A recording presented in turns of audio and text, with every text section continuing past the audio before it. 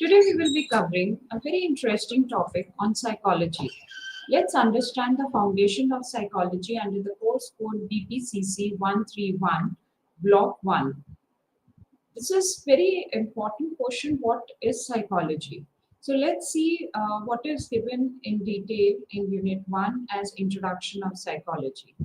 When it comes to our mind about the word psychology, it directly comes that it is a study of science, it is study of knowledge, it is something related with the minds, it is something related which actually to know about the behavior. There are very mixed approaches. Let's understand about that and let's see what our study material tells about, and we get the knowledge out of it. Psychology is derived from a word, two Greek words. First is psyche and other is logos. Psyche means soul. It is all about the study of life, study of soul. And logos means knowledge. It also relates with the explanation of study of the soul. So when we combinedly see a word psychology as per these terms, it is a study of life, it is a knowledge of life, the explanation of study and the knowledge of life about the soul, about the life. The word psychology also comes from a Latin word that is psychologia. It was in 16th century when it derived the word psychology from this term, but it was later on popularized by German in early 18th century by one of the very great philosopher, Christian Wolff. One of the most influential early users of the term in English was Herbert Spencer, who published the first volume of his Principles of Psychology in 1870. So psychologists prefer using the word mind rather than soul. So before 18th century, it was termed to be as a study of soul. Later on, after 18th century, the soul word changes from to another word that is mind. Because when we talk about the psychology, it is all about the study of mind, as on today's study and the knowledge of behavior, knowledge of the mind, what is actually going on, what are our thought process, what we are thinking about. So psychology is one of the last social sciences that separated from philosophy in the 19th century. So the psychology was initially a part of philosophical science. Later on, it was known to be as a special science, a different field altogether. Before it was a part of philosophical studies. There are certain definitions. There are many, definitions, but combinedly, one of the well-known and the best explained definition is by Morgan King and Robinson in 1984. He said psychology is the science of behavior and mental process. If you see this particular term, so it is said that psychology is a science. Why psychology is termed as a science? Because it is when we say science, the first thing comes in our mind about the rational thinking, about the systematic studies, about the logical. So science is psychology is science because it is systematically tries to gather the data by carefully observing people, observing and recording events or behaviors of humans and animals under some controlled experimental conditions. This measurement of behavior is an objective as possible in psychology. The knowledge which is gained by collecting the data with the help of experiments and other methods of observations is then applied to solve. So when we say science, other word comes parallelly is experimentation. So when we are saying experimentation, it is data collection, observations, recording, and then solving the problem or maybe getting the results out of that. So psychology also, follow all these steps. In further slides, we'll discuss about the steps, how to really collect the data and what are the other methods. The term behavior is the next term. It is given in the definition is behavior. This term implies the overt actions and reactions. So whenever there is an action, if whatever be the reaction is called to be as a behavior. Whenever any human being or any animal uh, they react, or that can be recorded, and that particular reaction is a behavior. It may be in terms of emotions, it may be termed as actions, it may be termed as thoughts, or maybe the attitudes. So overall, this is what we call as maybe if a child is crying, so due to bad behavior of their friends, so that reaction is a behavior of a child. That is the action which is reacted as from the action given by the or by the attitude or the behavior by their friends. The other term is mental process. Mental process refers to covert or internal processes such as thinking, feeling, or remembering.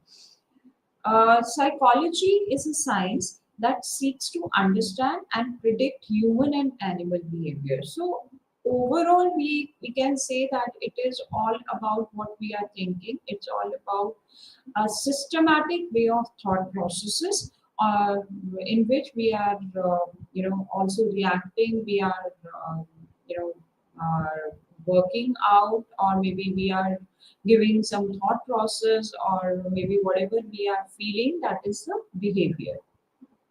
Whenever we are feeling or we are thinking, that comes under a term which is given as mental process. The other term, other definition given by American Psychological Association, that psychology is a study of mind and behavior. Mind is all about what is going on in our mind, what is the internal process, and how we react. The discipline embraces all aspects of human experiences, from the function of brain to the actions of nations, from child development to care for the aged. In every conceivable setting, from scientific research centers on mental health care services, the understanding of behavior is an enterprise of psychologists. So overall, when we say psychology is from the day one a child born, from the child development to the mental health issues or mental health care services for the old age people, or it's a discipline which actually embrace every step of our life, every age of our life, from the development part to the social part, and of course to the mental issues also. The psychology is originated from two primary disciplines. First is epistemology and second is physiology. Epistemology is a branch of philosophy which is concerned with knowledge, and physiology is a branch of biology that studies the bodily function. Epistemology refers to when what we are thinking about, what's the thought process, what is our knowledge base, how good we are in, and physiology is what can be the reaction of that particular mental process or the inner feelings. The term epistemology comes from Greek, that is episteme, that is knowledge, and logos is discourse. Early psychology, the very early psychology studies that combined with mental philosophy, physiology, and physics. Each research, whether it is mental philosophy or physiology or physics, it is focused with mind body relationship, mind body and physical relationship.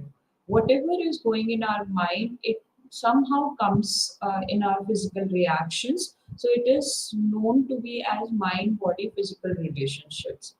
Psychology emerged as science through experimental behavior laboratories. How we are behaving, what can be the effects of that, what are the relations, what is the associations of certain behaviors, and why we are behaving in such specific or maybe some emotions comes out of some actions, that is through some experimental groups or experimental laboratories were seen. Scientific contribution to psychology is there are certain psychologists, they are very known psychologists who come up with a scientific approach. Initially, it was Charles Darwin who came with theory of evolution. Isaac Newton, who who gave us physical laws. Dmitri Mendeleev gave us periodic table, but the growth and expansion comes from a social, cultural, and interpersonal aspects of human behavior. How people are socially connected with each other, what are their behaviors towards each other, how they are culturally connected with each other, and how they are culturally and socially also sometimes dependent on each other. What can be the behavior, how they are behaving in some specific situations, and what can be the interpersonal aspects of their behavior when they are in the social settings. So there are different theoretical orientations emerge out of it. That is physiological psychologists. Physiological psychologists are those people who focus on nervous and glandular systems, whereas the social psychologists studied the social behavior and interaction between the human beings, how to know about how they behave in some specific social settings, what can be the behavior of people in the given situations. Sometimes it is in a controlled situations, or sometimes it is in random situations. So psychology is a natural science in that way. It is natural monism, which relates to reducing phenomena in simplest part. When it comes to the operationism, it is validity depends on procedures used, and determinism is behavior explained by heredity and environment. So natural monism or a reductionism relates with when a concept or context is reduced to simple parts, or maybe bifurcated in simple terms, then it to make people understand, to make the study more easy to understand. And whereas the operationism refers to the systematic process, systematic procedures which is given, because when we are saying it is science, so science relates with the specific steps and procedures, whereas the determinism is a behavior explained, because it is a study of behavior, study of human mind, and how what they know, how they know, why they are doing this, and also this is all about the behavior. And this is explained by it sometimes comes with a heredity, and sometimes it comes with a environment or in which they are living, in which they are grown up. So these are the three main determinants why why it is said that psychology is a natural science. Not only it is bifurcated, or maybe to cut down into the simple form, but also follows the steps as, or the process as the science or the rational thinking is there, plus the behaviorism studies. So when we say psychology is a social science, when it comes to the social science, there are three main things which comes under, that is through experimental methods. Social science, in social science, it employs scientific observations and control, and quantitative and statistical analysis. There is no rigid assumptions of designing or interpreting studies. When it comes to the experimental methods is when we are experimenting on some specific group. Scientific observation is how about observation and in under the controlled situations, and recording that particular observations, and further analysis through some statistical methods, or quantify that particular behavior is relates with quantitative analysis. So, use of empirical research. When it comes to the empirical research, empirical research means when we are gathering, we are collecting the data through observation and experiments. The control variables allowed for replication. It emphasizes on systematic and objective analysis. Data is quantified to study behavior and predict behavior. Whatever data is collected through experimentation or by observation people, so that data is quantified. That data is, put it in numbers when we say in a layman language, and then that quantified data is further analysis, further systematically work it out, to further and further research focused areas or in under some controlled situations. There are certain importance of theories which is given where the theories which are developed by the psychologist help to predict the behavior. Sometimes the theory guides research and vice versa. Otherwise, not only theory guide the research, but sometimes the research also gives the new theories. Emergence of qualitative methods. Quantitative research has become important alongside qualitative approaches. Offer deeper insights into subjective and contextual aspects of behavior. So theories are not only as a concept, not only as a context to know, to give the just a theoretical knowledge, just to give a knowledge out of it, but also it helps to do further research. It helps theory helps to move towards not only for the quantitative data but also qualitative data has become important in this, but there is also a vice versa where the theory not only leads to research, sometimes the research is done in such a scientific way that it gives a new theory altogether. So it is. It's not only relates with a contextual approach, but it gives that deeper insight knowledge about the concept, that particular context, and the subjective matter. There are two approaches. First is nomothetic approach.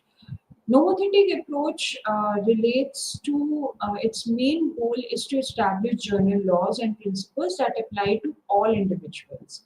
So there are certain principles, there are certain laws which are applicable to all the individuals, irrespective of the age, irrespective of the conditions or the you know the program condition, whether they are in the controlled group or they are in the experimental group.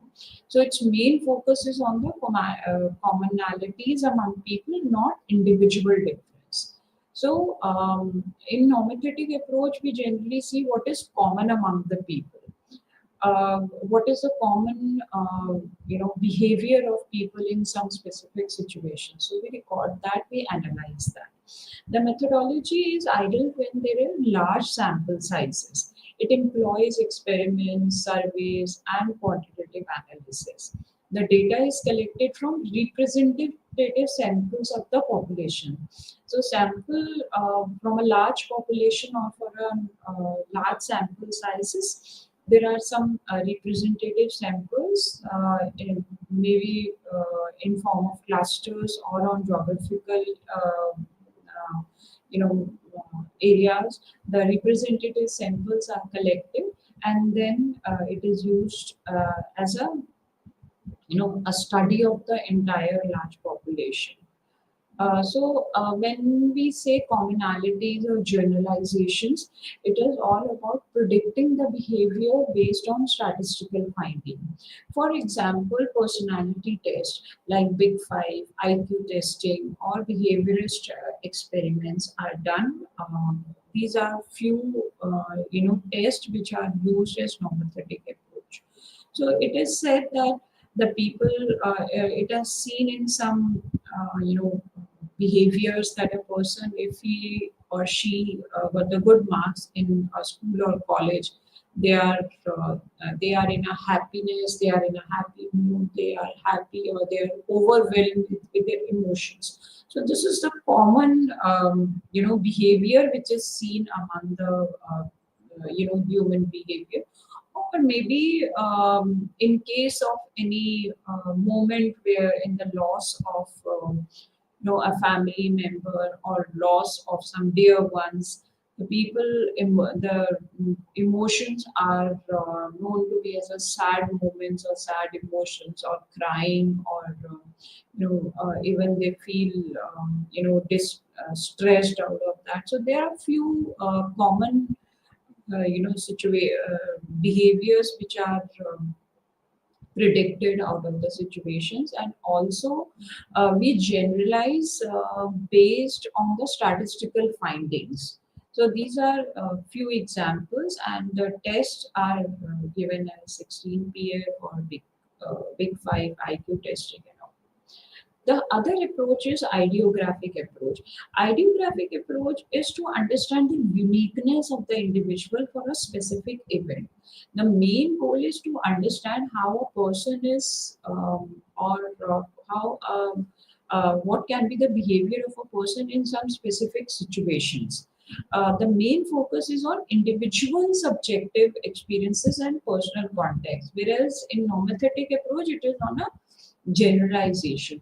But ideography refers to the individual experiences, and it is very relates with the personal context. So the methodology used here is of case studies, interviews, diaries, and qualitative methods like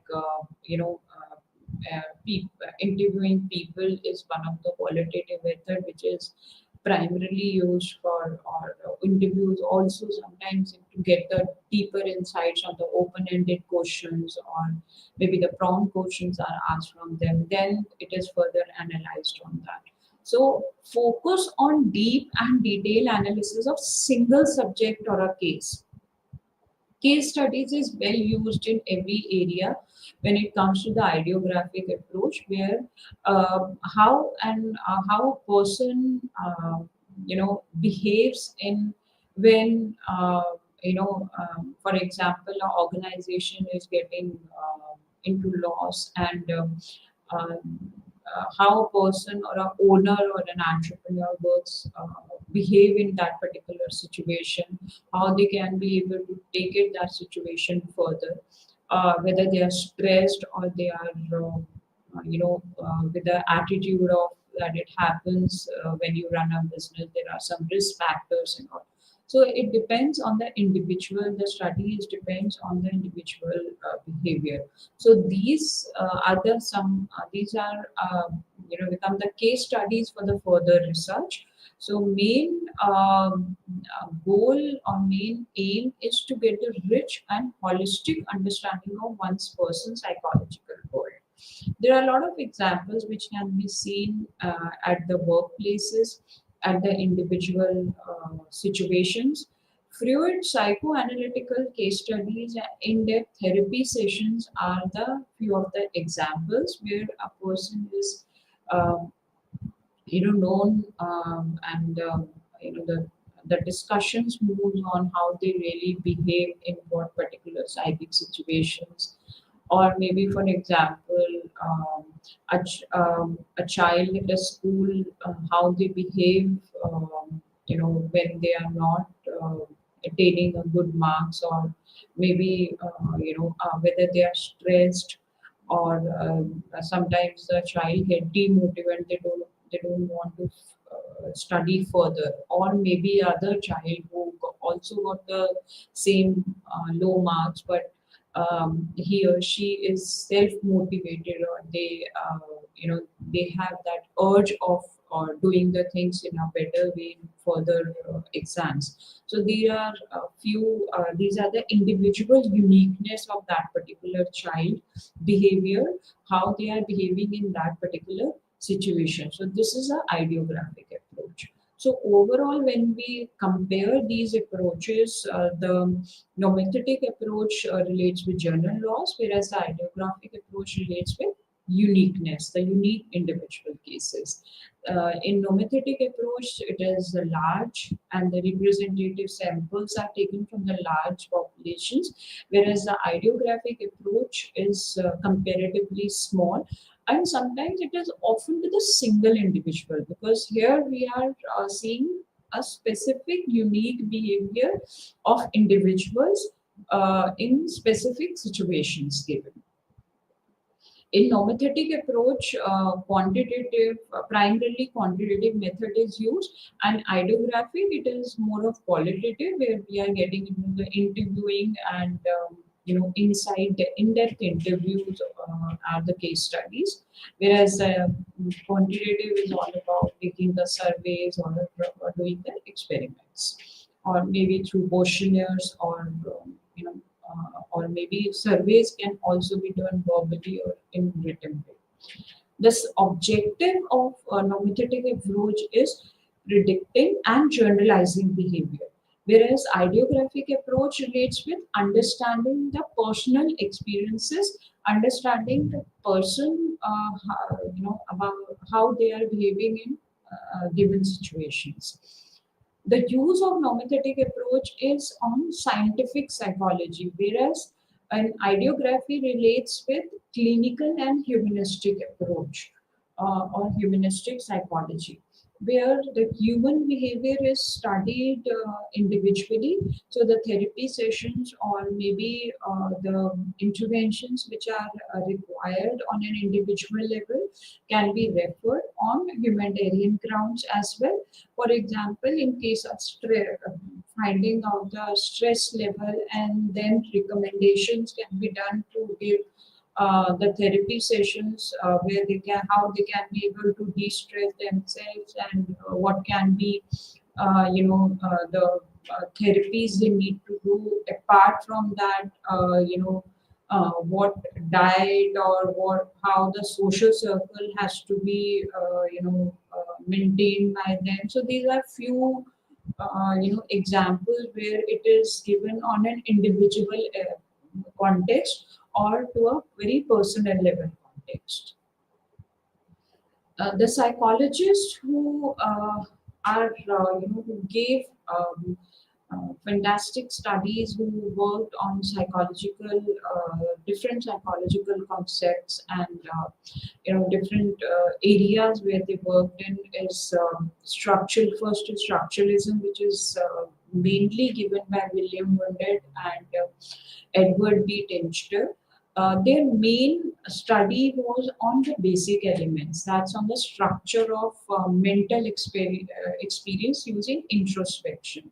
Introspection is when they are studying the behavior of human beings or animals, how they are behaving. They work on what is the structure of those experiences, what is the mental process of that particular experience.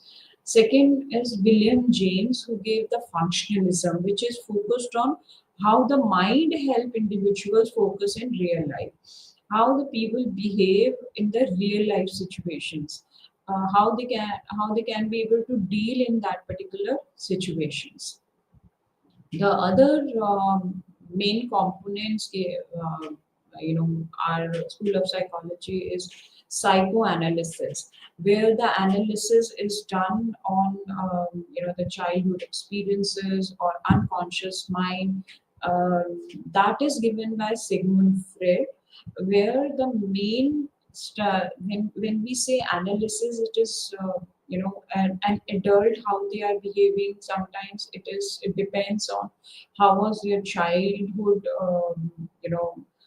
experiences. For example, a person comes with a very anger issues.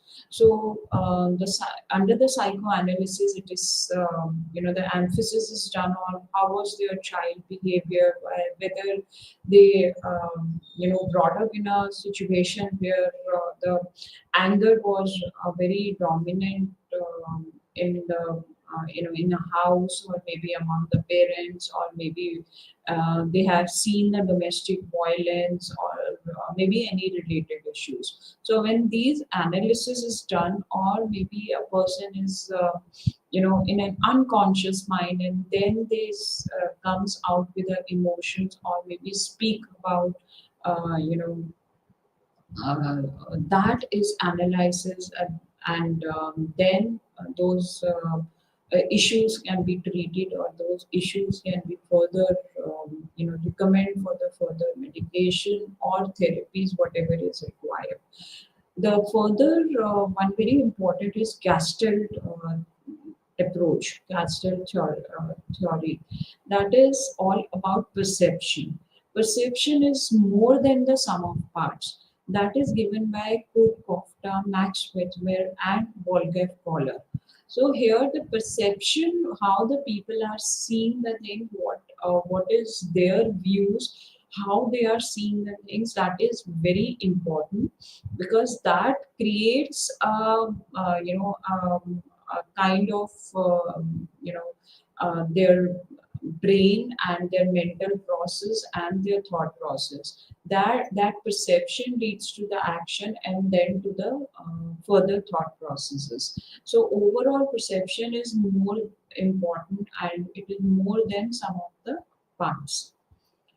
So, behaviorism refers to the observable behavior only, because here we are only, focused when we get with the studies of Evan Pavlov, or B.S. Skinner, or John B. Watson.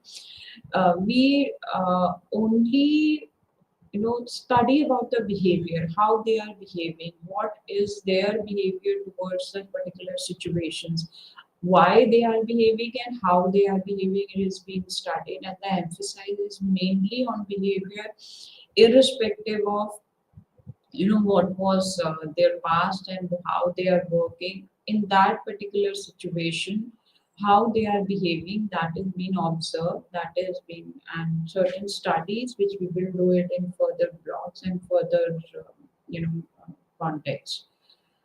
Next is humanistic approach. Humanistic school of psychology is refers to humanism, where it is stresses free will and self-actualization, given by Abraham Maslow and Carl Rogers, which relates with the motivations, which relates with how we can deal with our own motivation, and what can be the levels of motivation, where the self we can be able to reach the self-actualization of our own, what are the steps, and how we can be able to stress out. Importance around in School of Psychology, there are certain other schools which are given by psychologists Herman Ebbinghaus and Sir Frederick Bartlett and Jean Piaget.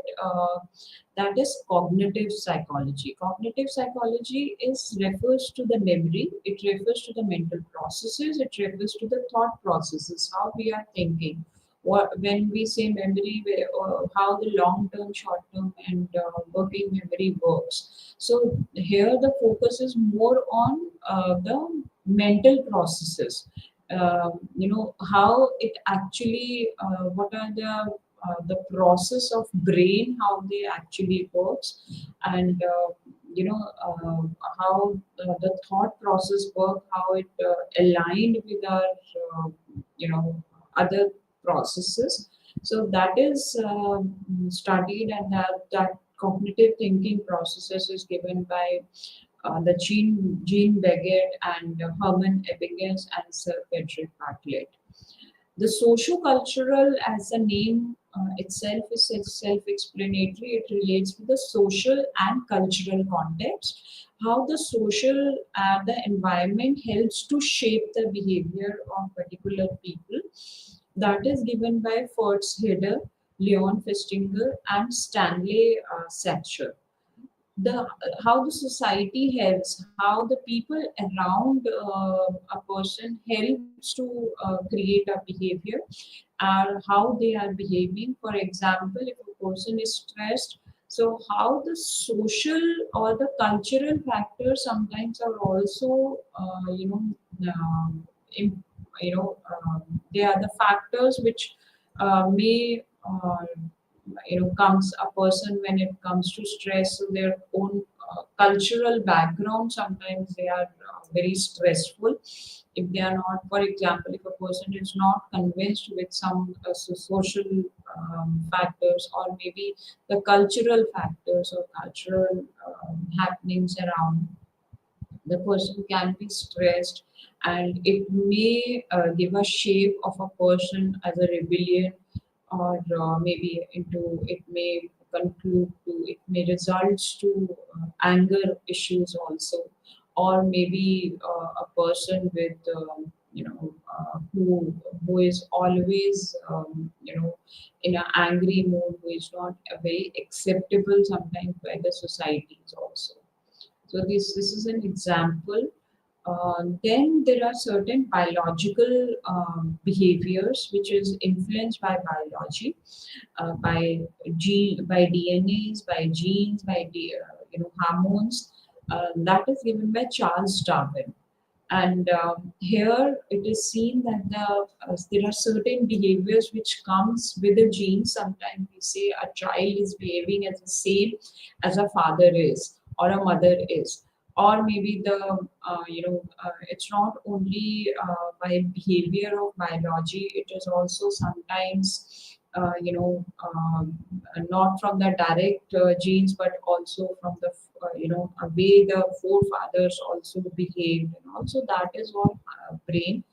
It is also some of the diseases are or maybe the behavior functions are through the genes. It is commonly observed that how the way the mother is behaving in some specific situation, the daughters also behave in that particular social situations. So this behavior is adopted by sometimes by the brain functioning, or by observing, or sometimes by the genes also. The way they looks like, the way they behave, it's sometimes very similar to the child behavior, is similar to the father behavior, like eating habits, or maybe sitting postures, or maybe walking. You know, these are few generic behavior which is very commonly seen among the children, and it was started by Charles Darwin. The another school of study in psychology is evolutionary, where it explores the evolutionary basis of behavior, how it behaves, and what can be the further analysis or further evolution of some specific behavior. David Bucks and Devendra Singh worked on this evolutionary school of psychology.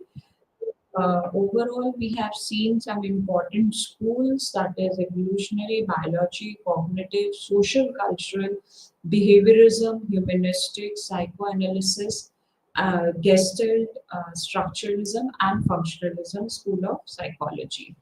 Based on these schools, the fields of psychology is cognitive psychology, which refers to the psychology of mind, the thought, the process, the memory, and all. Clinical psychology relates with when we are starting on the clinical diagnosis of particular behavior, or maybe particular the syndromes. maybe for example Down syndrome or ADHD or maybe the learning disabilities comes under clinical psychology. Counseling psychology is mainly towards the behavior where it can be, the behaviors can be, rectified, or it can be gets into, sessions where counseling is required, where the behavior can be changed as given by as instructed by the counselors. The environment psychology relates with the environment, what's happening around, what is actually, how the environment help or, to build up a personality of a person. School psychology refers to the school children psychology, what can be the issues happen in the school life and how it can be used, how the psychology can be used in at the school level at that particular age group of students. Education psychology relates with the education or the system, or the way of teaching or way of studying the subjects. Experimental psychology relates with experimentation on certain behavior, in a controlled situation, or maybe on a, on some controlled group as well in a given situations. Physiological psychology relates with the physiques. It relates with how the person behaves, or how the person behave in, um, you know in that particular situation, what can be the physical, behavior of that person when it, how they are working, or how they are, physically, behaving in that particular situations. For example, if a person is stressed, sometimes they really shout so much, or they started throwing the things, or this is one of the physical reaction what they, you know do when they are stressed, or maybe some other person who is also stressed but they are calm, they are just sitting, they are just quiet, and that is also another reaction which comes out of that.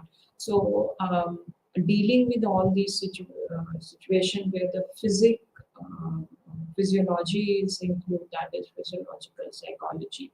Organizational psychology is all about when the study of human behavior is at the workplace. For example, knowing about the employee engagement or organizational commitments or job satisfaction and all. Social psychology is the study of where the human behavior is studied in the social settings. It is seen that the person sometimes behaves in a social setting in a different, very different manner as they are, behaving when they are, at the home, or they have a different attitude and different behavior when they are at the, social functions, or maybe at the workplace, or maybe at anywhere where the socially they are connected with each other. Development psychology refers to the lifespan. It is refers to the development of the people, or the developmental behavior of the people. Community psychology refers to the psychology where the behavior is observed, or the behavior is studied within a community, or within specific groups. Sports psychology refers to the study of human behavior who are into the sports, how they are behaving and how they should be behave when they are playing, or when they are even not playing, when they how they have to really work in the teams, and how they have to really work or behave, when they are outperforming, or maybe a study of behavior when they are not performing. Health psychology refers to the health issues, for example, the diabetic, or maybe the heart issues, if there is any health issues with specific person, how they really behave, what can be the behavior of a person. So if that study relates and that branch relates with health psychology. Forensic psychology is relates with when it comes to identifying the DNA in the criminal cases, or maybe to finding out the fingerprints, or it is very commonly seen as and maybe the person who are from the criminal background and how they behave and how they really act in that particular situations. That is all about forensics. It is not about only finding out the DNAs or fingerprints. It's all about how they are behaving in that particular situations, how criminals behave in a particular when they commit you know some crime, or when they, so what can be the behavior, what can be the psychology behind that. So psychology is not limited to only it's a myth, it is a general perception that it is relates with only with mind, or people who are not are stressed, or something related with brain or mental. It is in every field of life, whether it is from the school to education to health to to hospitals. It is used at schools, at hospitals, at schools, at colleges, at workplace, at sports ground, at clinics. um, so psychology is so varied that it is the behaviors are analyzed at different spaces, at different places, in different specific and even at the different situations. So that study, if it gets into a very insight study of that particular behavior in that particular situation, that becomes a field of psychology. So some of that is given in this list, and maybe it is not exhaustive. And I think there are a lot of other fields also where the behaviors can be studied. So when we say research, when we say research psychology, so first is risk description. Description is when the psychologist is concerned with observing behavior. The focus is on describing what is happening, where it is happening, whom it is happens, and what is the context in that event happened. That is all about the description when we get into the research of that particular area. Then it comes to the explanation. Explanation refers to the when the psychologist, based on observations, tries to explain the phenomenon, and the theory will emerge out of that on the basis of that observations, which itself explain the facts. Prediction is aligning. It is concerned with changing or modifying behavior. If we do this, then this will happen. If we control a person at a very childhood, on a anger issue, so probably a person will get into a very calm and very calm behavior as an when he or she will be an adult. So it is all about the prediction when we are concerned with modifying that specific behavior. Control is a step where when it is we are modifying behavior from an undesirable to desirable one. So these are the four steps which is very common in the research psychology, because here the explanation is very important and the description is very important, because it is the core of the research psychology, where the insight, in-depth information is required for the further process in when we are into the predicting and controlling stage. So the steps which involves is first is problem, identifying the problem when it comes to start a research. If you are curious about any understanding a very interesting phenomenon and to which you want to find an explanation, so that is a problem. A researcher has to create a problems or to find out, identify the problem statement. A researcher might be interested in studying whether exposure to more screen time, whether it is mobile or computer or television, whatever be, it makes children vulnerable to unattentiveness and decrease in school performance. So this is one example where researchers wanted may find that for example, this a number of hours of a screen time leads to children's behavior. If the screen time is more, and the school performance will be down. So here we are relating the problem of screen time, this problem of hours of screen time among the children with their school performance. So the hypothesis is generated when the questions are followed. When we test the fundamental to any scientific investigation, if in this example, if the child is have in, you know increased screen time, they have a low school performance. So this is hypothesis. And then we test that hypothesis. Testing of hypothesis depends on the research design. What is our research design? What method we are using? And it also depends on collecting the data and interpreting that data and get the explanation out of that. So interpretation of that results, interpretation of that particular data is very important. Then only we comes to a conclusion. So this results are obtained and we the hypothesis. It is whether the hypothesis can be rejected or it can be accepted. So hypotheses are also in it is whether it is null hypothesis or it is alternate hypothesis. There are two type of hypotheses which we will see in further blocks. But just for the understanding, to test the hypothesis or to find out the answers of those questions which we assume or we make an assumption. So to find out those explanation, we need the data to work it out. That data is further interpreted and further concluded to some specific conclusion.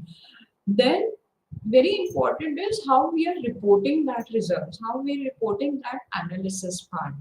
Reporting is equally important because the way we interpret how we are documenting that results, and probably it can be used for the further research, or maybe it will become a theory itself.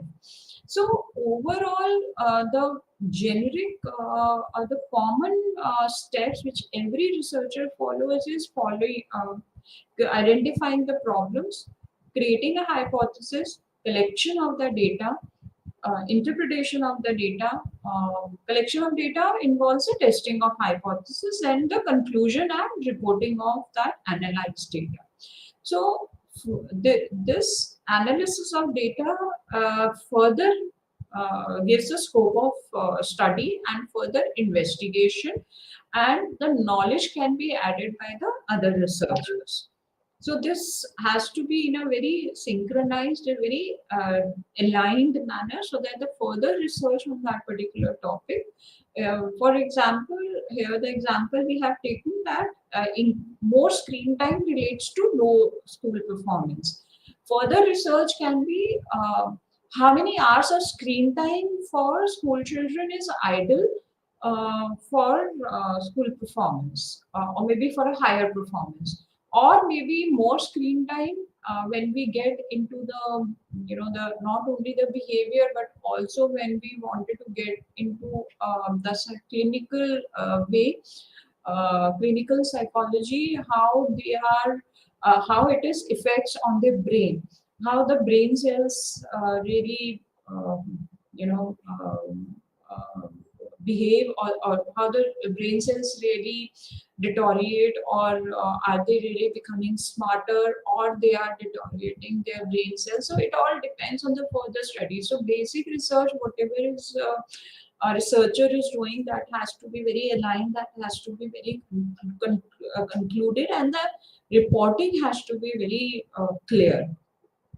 So basically, in descriptive method, there are three ways. Either we do it by case studies, we do it by surveys, or we do it by systematic observation. Case study, where we pick up any specific case or on of an individual observation.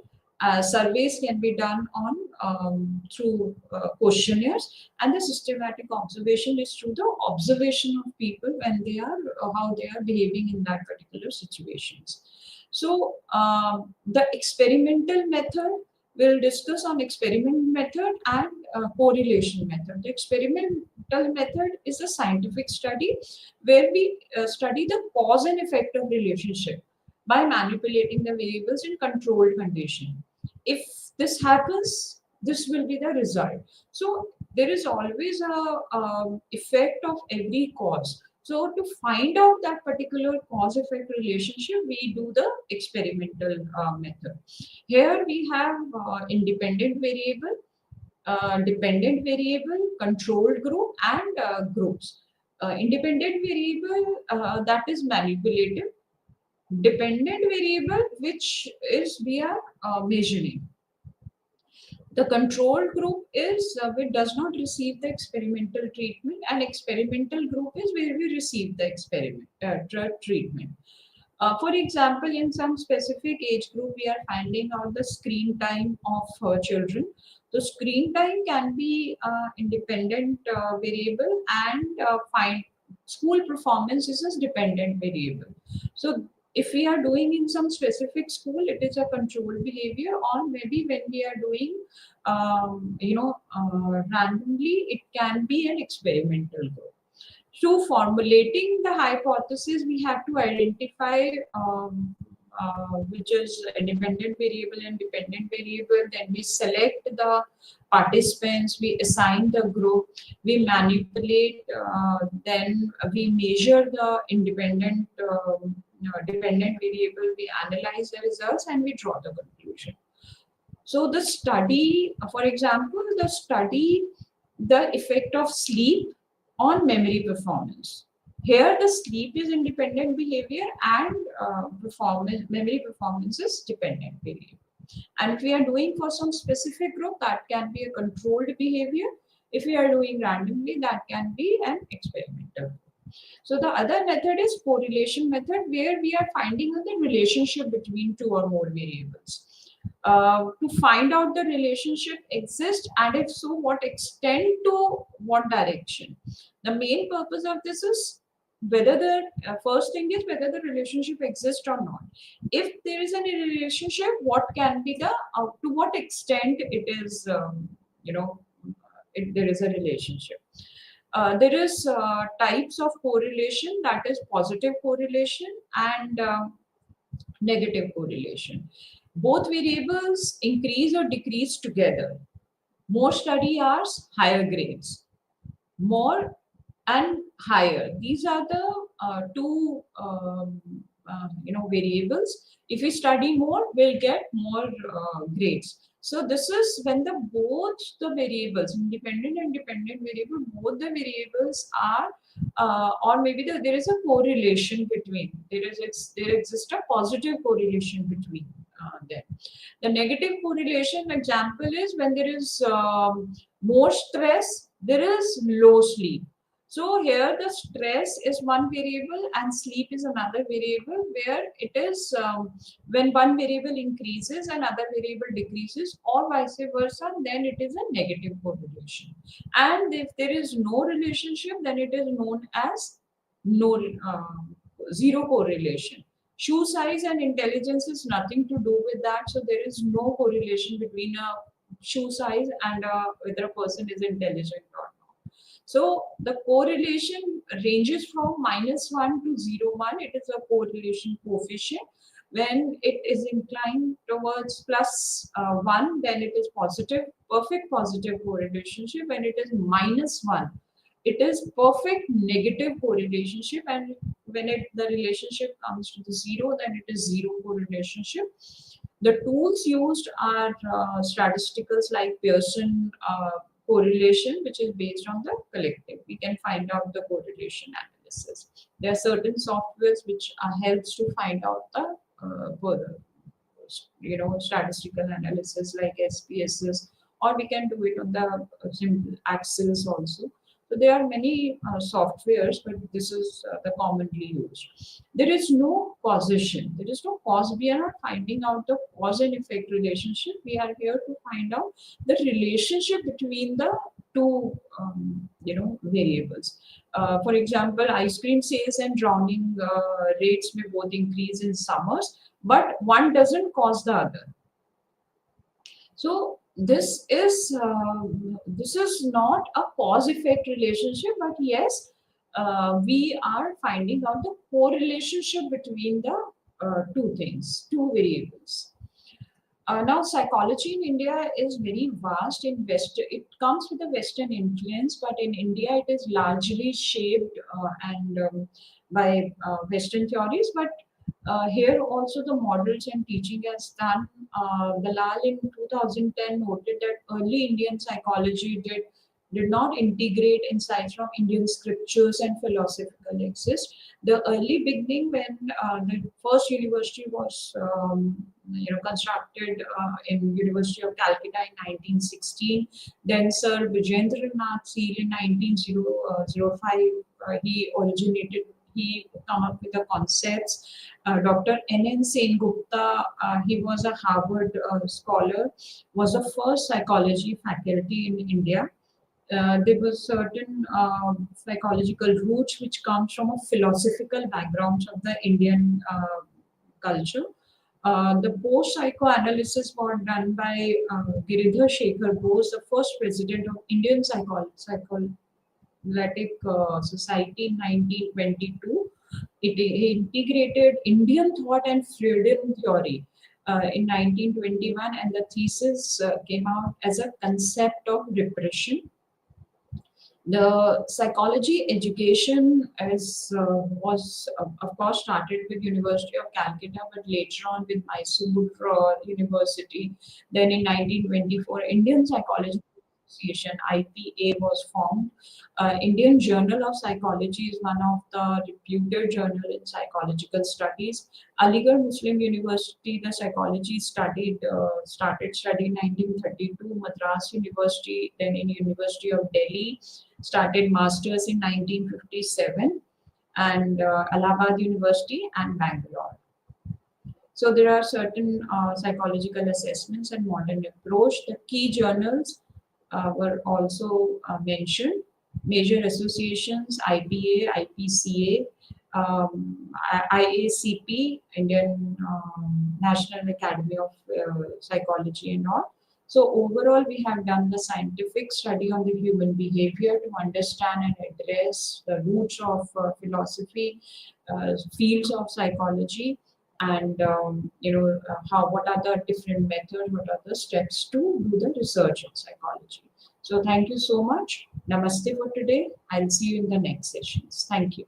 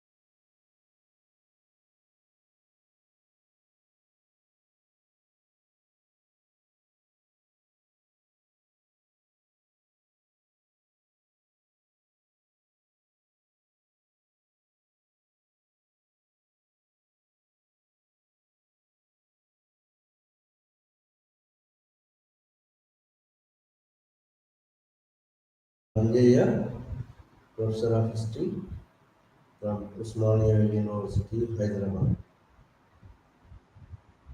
From IGNO Regional Center from Hyderabad. From IGNO Regional Center from Hyderabad. ఈరోజు ఈ live ఛానల్లో మనం discuss చేయబోయే topic ఏంటంటే history of tradition of history writing in India అనేటువంటి బుక్లో నుంచి BHI 144 బుక్లో నుంచి యూనిట్ నెంబర్ 12. యూనిట్ నెంబర్ 12 ఏంటి అంటే Ziauddin Bharani. Ziauddin Bharani his ideas and writings and his writings, his idea on history, his writings, his bias, and his ideas on facts, or his ideas on kingship, his ideas of knowledge and theology, and his ideas of religion, his ideas of high bar and low bar. Yes. So all these things we are going to discuss in this lesson. The first one is that Ziauddin Barani. Ziauddin Barani served during the period of 8 sultans from Ghazni, from the Ghazni Muhammad to so Gori Muhammad and also Delhi Sultanates. Yes, so he served under from the Qutbuddin Aibak to up to the Qutbuddin Aibak to up to the Firoz Shah Tughlaq and also Alauddin Khilji. Up to the Tughlaq and Khilji dynasty, he was the man alive, and his writings and his ideology on history, his ideology of knowledge and ideology of reason, and his ideology of reason and knowledge and philosophy and theology, and facts and bias, all these things he presented about religion and all these things he presented in his writings. So his, he was the first Sultanate period of man, first writer wrote uh, elaborately on the Delhi Sultanate's rulers and the incidents, events which occurred during their period.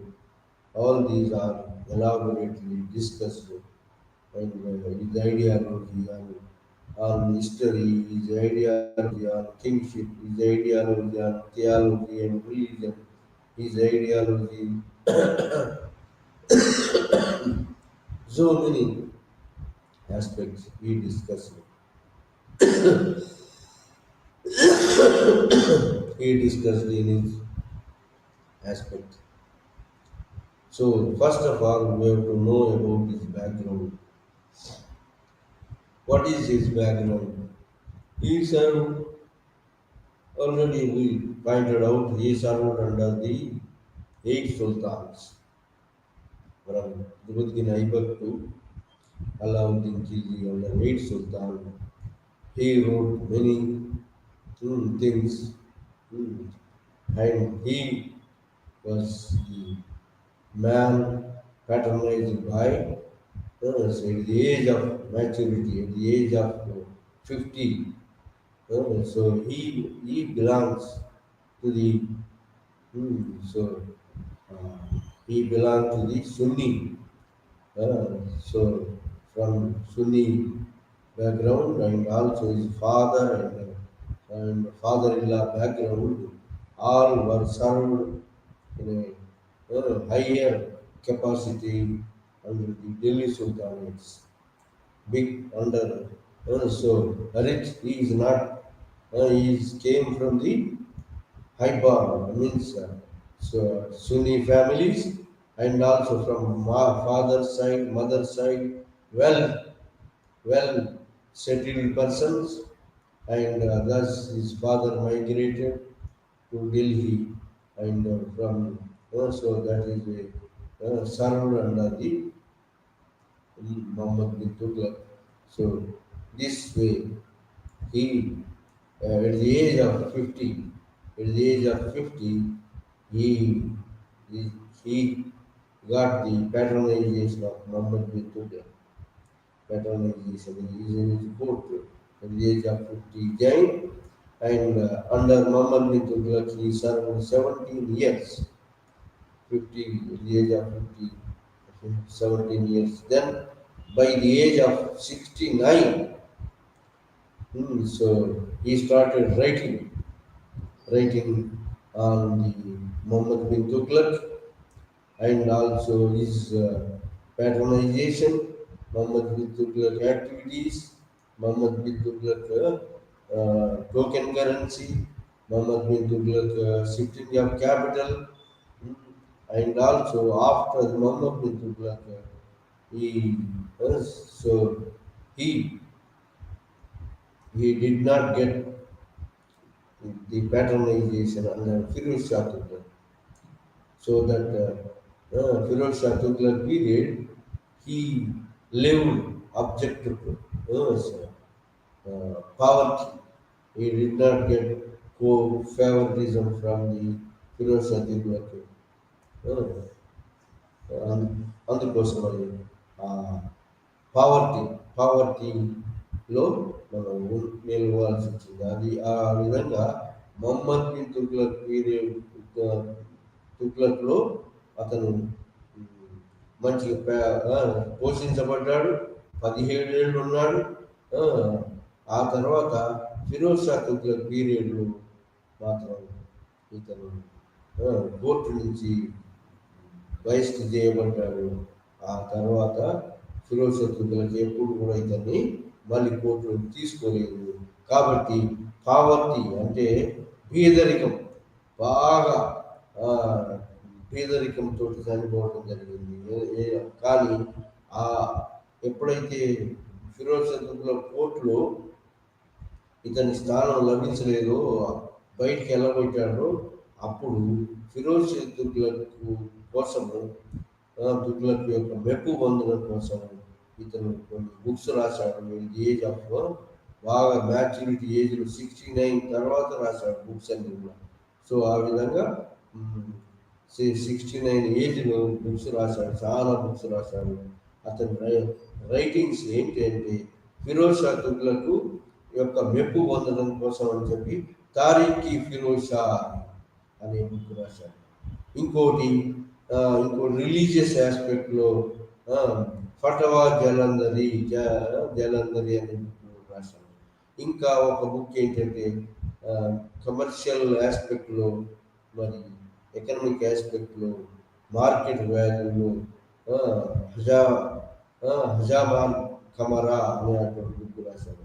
ఇంకా ఇంకా అప్పుడున్నటువంటి యొక్క సూఫీ Saint Nizamuddin Alia మీద ఏంటి ఇతను ఒక book రాశాడు. దాన్ని హజరత్ నామా అంటారు.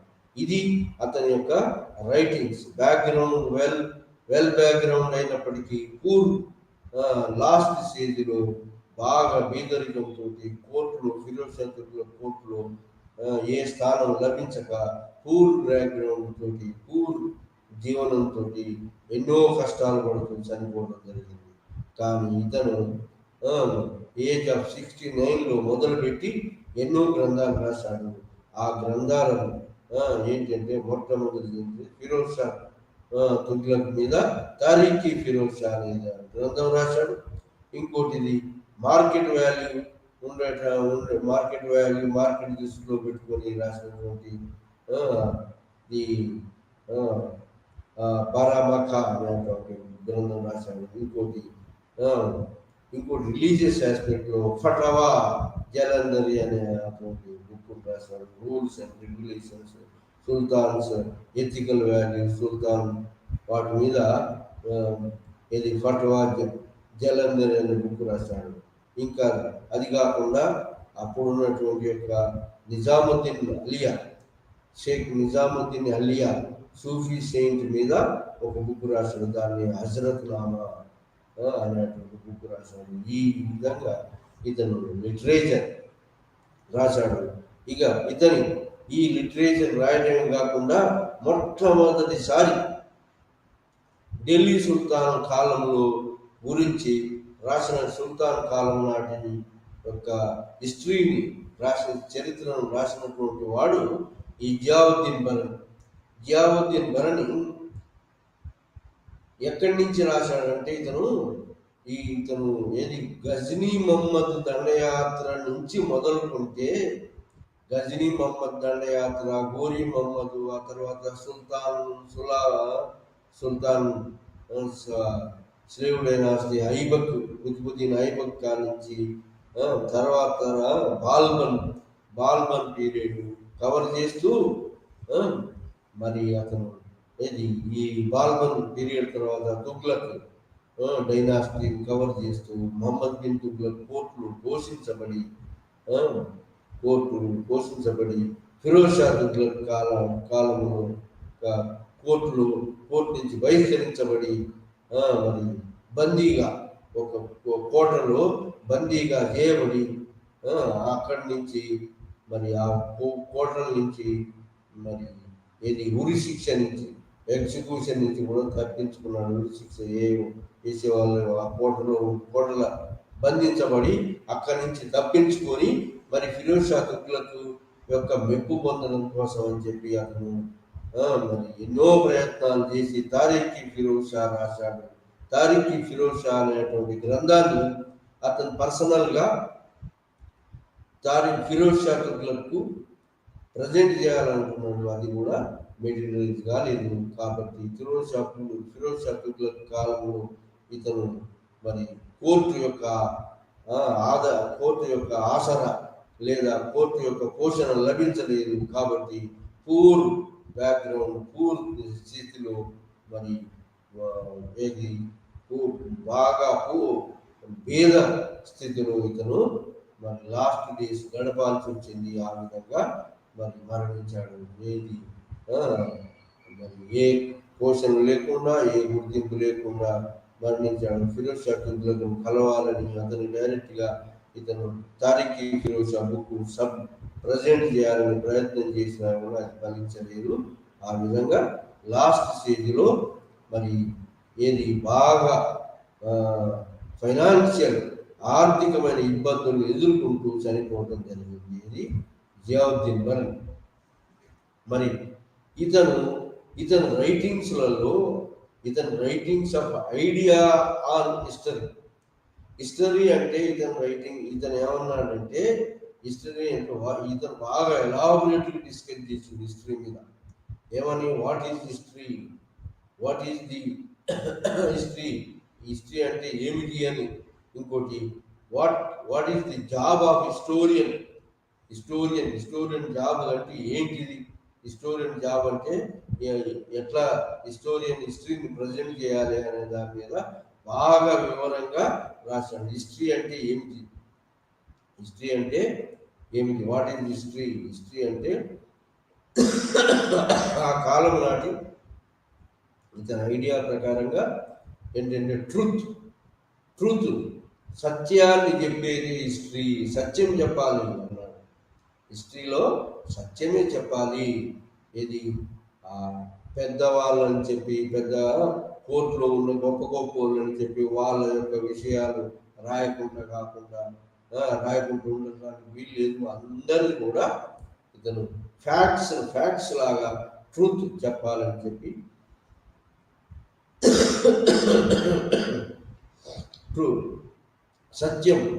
సత్యం రాయాలి హిస్టరీలో అని చెప్పి ఇతని ఐడియాస్.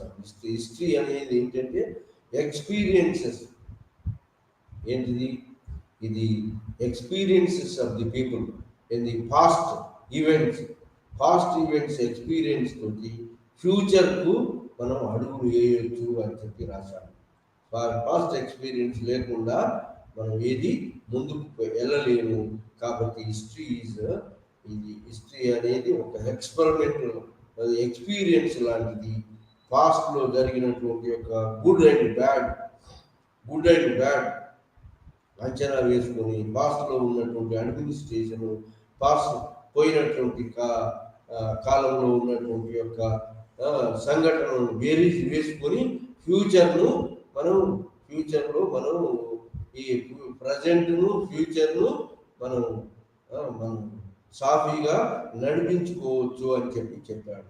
హిస్టరీ అంటే అది హిస్టరీ దాని ప్రకారంగా మనం ఈ కొన్ని లెసన్స్ నేర్చుకుంటాము. పాస్ట్ పీపుల్ ఎక్స్పీరియన్సెస్ తోటి, వాళ్ళ యొక్క జీవిత చరిత్రలతోటి, వాళ్ళ యొక్క పరిపాలన విధానాలతోటి, వాళ్ళ యొక్క మత విధానం, పరిపాలన విధానం, ఆ విధంగా అన్నిటి విషయాల గురించి మరి మనం పాస్ట్ హిస్టరీని తెలుసుకున్నట్టయితే ప్రజెంట్ను ఫ్యూచర్ను బాగా అంచనా వేసి మనం పరిపాలించడానికి మరి సుల్తాన్లకు అవకాశం ఉంటుంది అని చెప్పి అతని ఐడియా ఆఫ్ హిస్టరీలో చెప్పడం జరిగింది. అతని ఐడియా ఆఫ్ హిస్టరీలో ఫ్యాక్ట్స్, ట్రూత్స్ చెప్పాలని అనుకున్నాడు.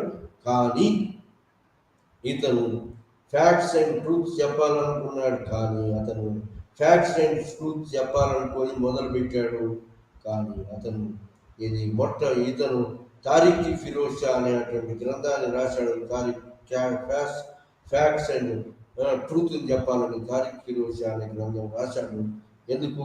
ఆ గ్రంథము మొహమ్మద్ బిన్ తుగ్లక్ ప్యాటర్నైజ్ లో ఉండి మరి అతని పోషన్లో ఉండి ఆ తర్వాత 6 years of early years of Firoz Shah Tughlaq period గురించి బాగా వివరిస్తూ మరి ఈ బుక్ రాశాడు. తారిఖ్ ఫిరోజ్ షా అతని మెప్పు ఫిరోజ్ షా తుగ్లక్ యొక్క మెప్పు పొందడం కోసం మొహమ్మద్ బిన్ తుగ్లక్ కోర్టులో బాగా ఆదరించబడి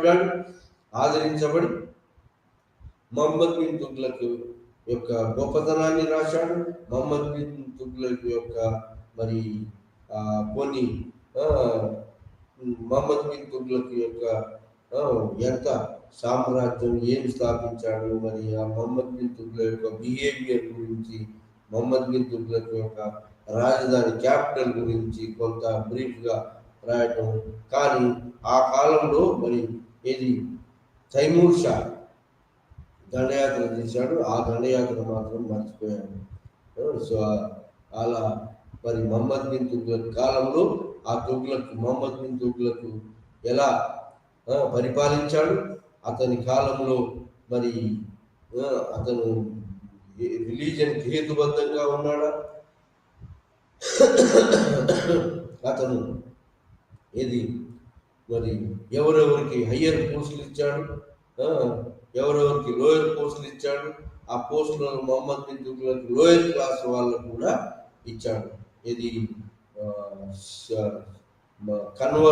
కన్వర్టి పీపుల్కు, లోయర్ క్లాస్ వాళ్ళకు పోస్టులు ఇవ్వటం ఇతను క్రిటిసైజ్ చేశాడు. ఎవరు? జియావుద్దీన్ బరన్. ఆ విధంగా మొహమ్మద్ బిన్ తుగ్లక్ యొక్క గొప్పతనాన్ని రాస్తూ మొహమ్మద్ బిన్ తుగ్లక్ యొక్క మరి ఏ రిక్రూట్మెంట్ ఇది lower class people higher position criticise చేస్తూ మైల్డ్గా క్రిటిసైజ్ చేస్తూ రాశాడు. బాగా ఓపెన్గా కాకుండా మైల్డ్గా క్రిటిసైజ్ చేస్తూ రాశాడు. ఇప్పుడు మొహమ్మద్ బిన్ తుగ్లక్ ప్రైజ్ చేస్తూ కూడా రాశాడు. బాగా ప్రైజ్ చేస్తూ కూడా రాశాడు మొహమ్మద్ బిన్ తుగ్లక్ పరిపాలనను. మరి టోకెన్ కరెన్సీ పెట్టినటువంటిది, మరి రాజధాని క్యాపిటల్ మార్పు గురించి కూడా కొంత వివరణ ఇచ్చాడు. సో ఆ విధంగా మొహమ్మద్ బిన్ తుగ్లక్ పరిపాలన కవర్ చేస్తూ, తుగ్లక్ కాలంలో ఉన్నటువంటి పరిపాలన కవర్ చేస్తూ అంతకుముందు బ్యాక్గ్రౌండ్ కూడా కవర్ చేశాడు. అంతకుముందు బ్యాక్గ్రౌండ్ ఏంటంటే, అంతకుముందు ఈ యొక్క బాల్బన్ కాలంలో ఉన్నటువంటి యొక్క బాల్బన్ కాలంలో మొట్టమొదటి ఢిల్లీ సుల్తాన్ యొక్క వంశాన్ని సుల్తాన్ల పరిపాలన పటిష్టం చేసినటువంటి వాడు బాల్బన్. బాల్బన్ మరి అతను ఎంతో మంది తిరుగుబాటుదారులను అణిచివేసి పార్టీ చెరగని 40 మంది కోర్టులో కుట్ర చేసే వాళ్ళను ఎలా అణిచేశాడు, ఎలా సుల్తాన్ యొక్క పవర్ను పెంచాడు. Pomp and show, kissing the feet of సుల్తాన్ అనేదాన్ని. సుల్తాన్ అనేవాడు ఎట్లాంటి వాడంటే దైవాంశ సంభూతుడు. పంప్ అండ్ షో దైవాంశ సంభూతుడు. మిగతా వాళ్ళు అతనితో సమానంగా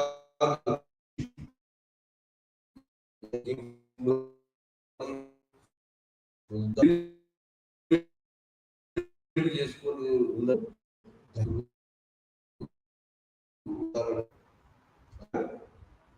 బాల్బన్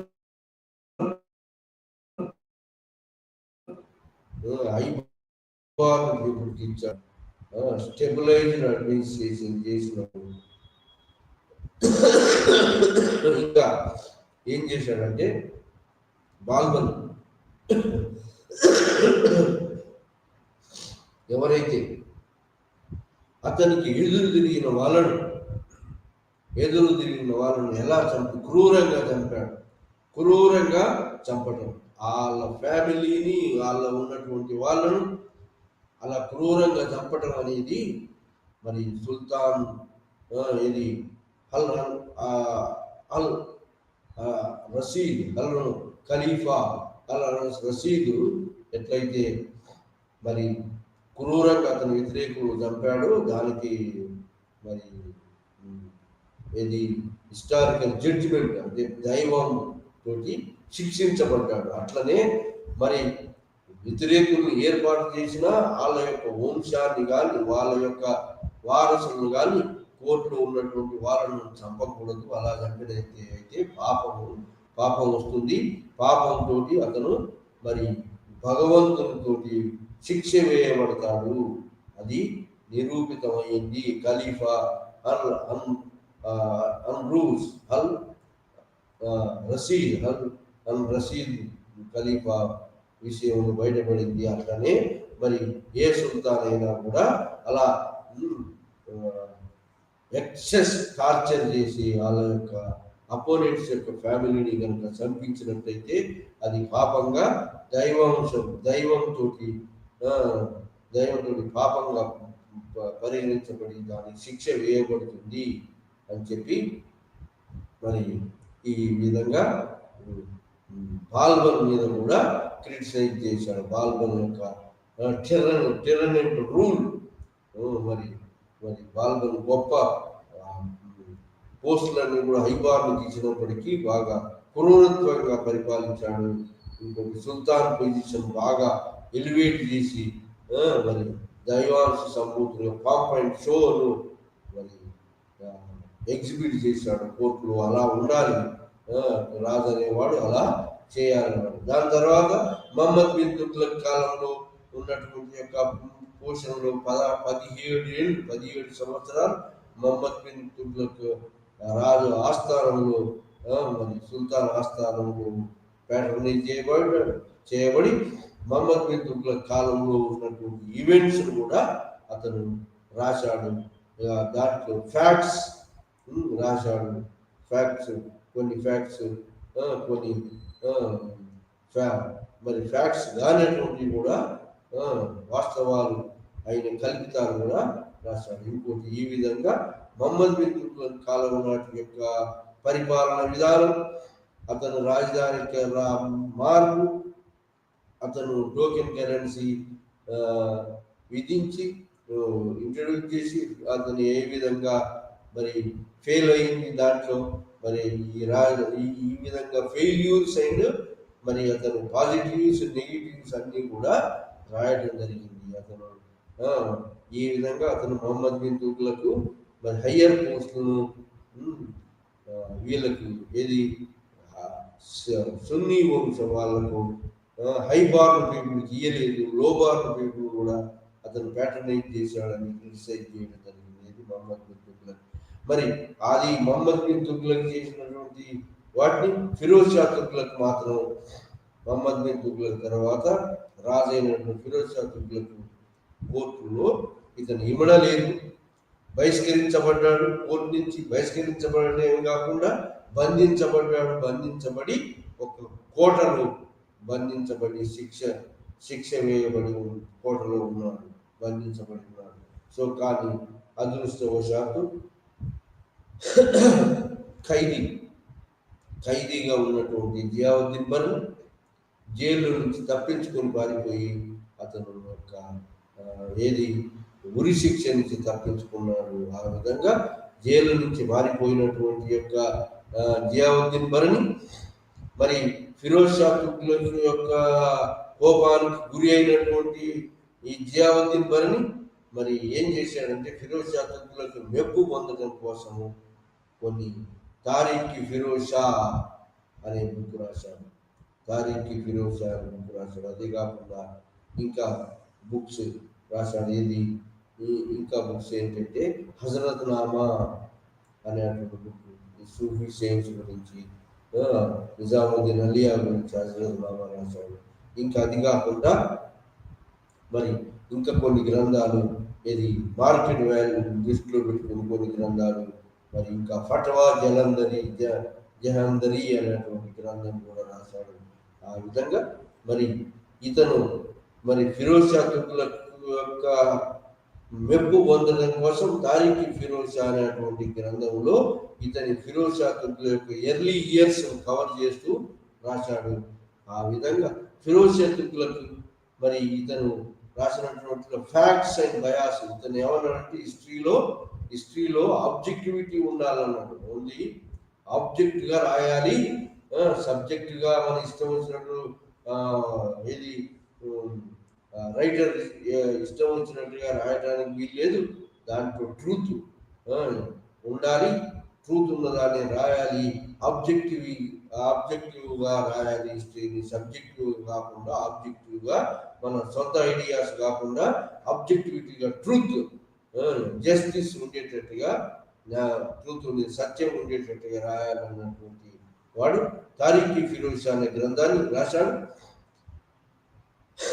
ఆ గ్రంథంలో first version, second version, 2 versions ఉన్నాయి. ఆ గ్రంథాన్ని తారీఖి ఫిరోజ్ షా అనే గ్రంథము 2 వర్షన్స్ ఉన్నాయి. ఫస్ట్ వర్షన్లో ఏం చెప్పాడంటే మహమ్మద్ బిన్ తుగ్లక్ ఒక గొప్పతనాన్ని, అతని యొక్క పరిపాలన విధానాన్ని,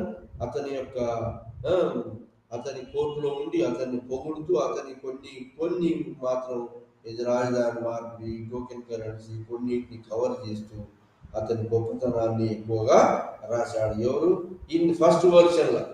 మరి సెకండ్ వర్షన్లో ఏం చేశాడంటే ఫ్యాక్ట్స్, హిస్టరీ అంటే ఫ్యాక్ట్స్ అండ్ ఆబ్జెక్టివిటీగా రాయాలని, ట్రూత్ రాయాలనేటువంటి మా జియావుద్దీన్ బర్ని సెకండ్ వర్షన్లో ఏం చేశాడంటే ఈ యొక్క ఫిరోజ్ షా తుగ్లక్ మెప్పు పొందడం కోసం మరి తుగ్లక్ డైనాసిటీస్ వాళ్ళు లోబార్న పీపుల్కు ఉద్యోగాలు ఇచ్చాడు మహమ్మద్ బిన్ తుగ్లక్. అది అతని కాలంలో మాత్రం రాయలేదు. ఇది ఫిరోజ్ షా తుగ్లక్ కోర్టులో ఉన్నంతసేపు, కోర్టులో మహమ్మద్ బిన్ తుగ్లక్ లో పోషణలో ఉన్నంతసేపు రాయలేదు. మహమ్మద్ బిన్ తుగ్లక్ పోయిన తర్వాత ఎప్పుడైతే ఫిరోజ్ షా తుగ్లక్ తోటి కోర్టు నుంచి తిరస్కరించబడి, అవమానింపబడి, ఒక ఫోర్ట్లో బందీగా ఉండబడి ఆ తర్వాత మరి ఉండబడినటువంటి స్థితిలో ఆ యొక్క ఫిరోజ్ షా తుగ్లక్ యొక్క మెప్పు పొందడం కోసం మహమ్మద్ బిన్ తుగ్లక్ను క్రిటిసైజ్ చేయడం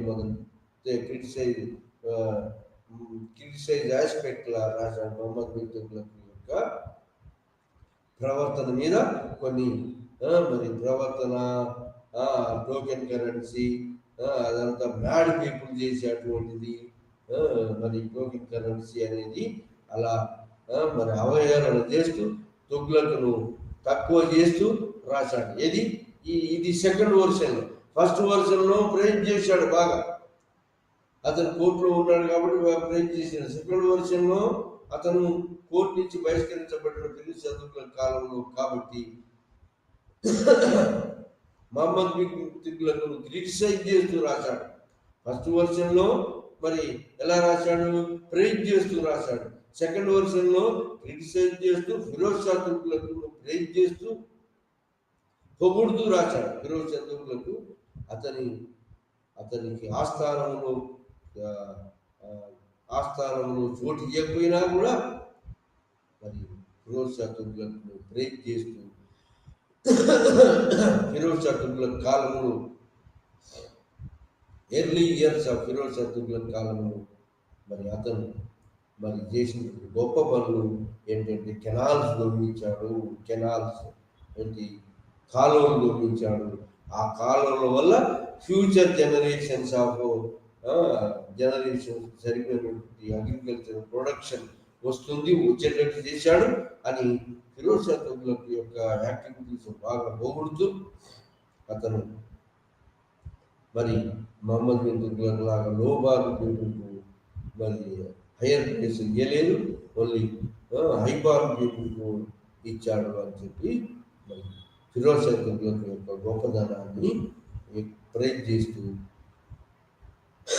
రాశాడు. ఈ విధంగా మరి బయాస్ అంటే హిస్టరీ అంటే ఫ్యాక్ట్స్, ట్రూత్, ఆబ్జెక్టివిటీ ఉండాలన్నటువంటి వాడు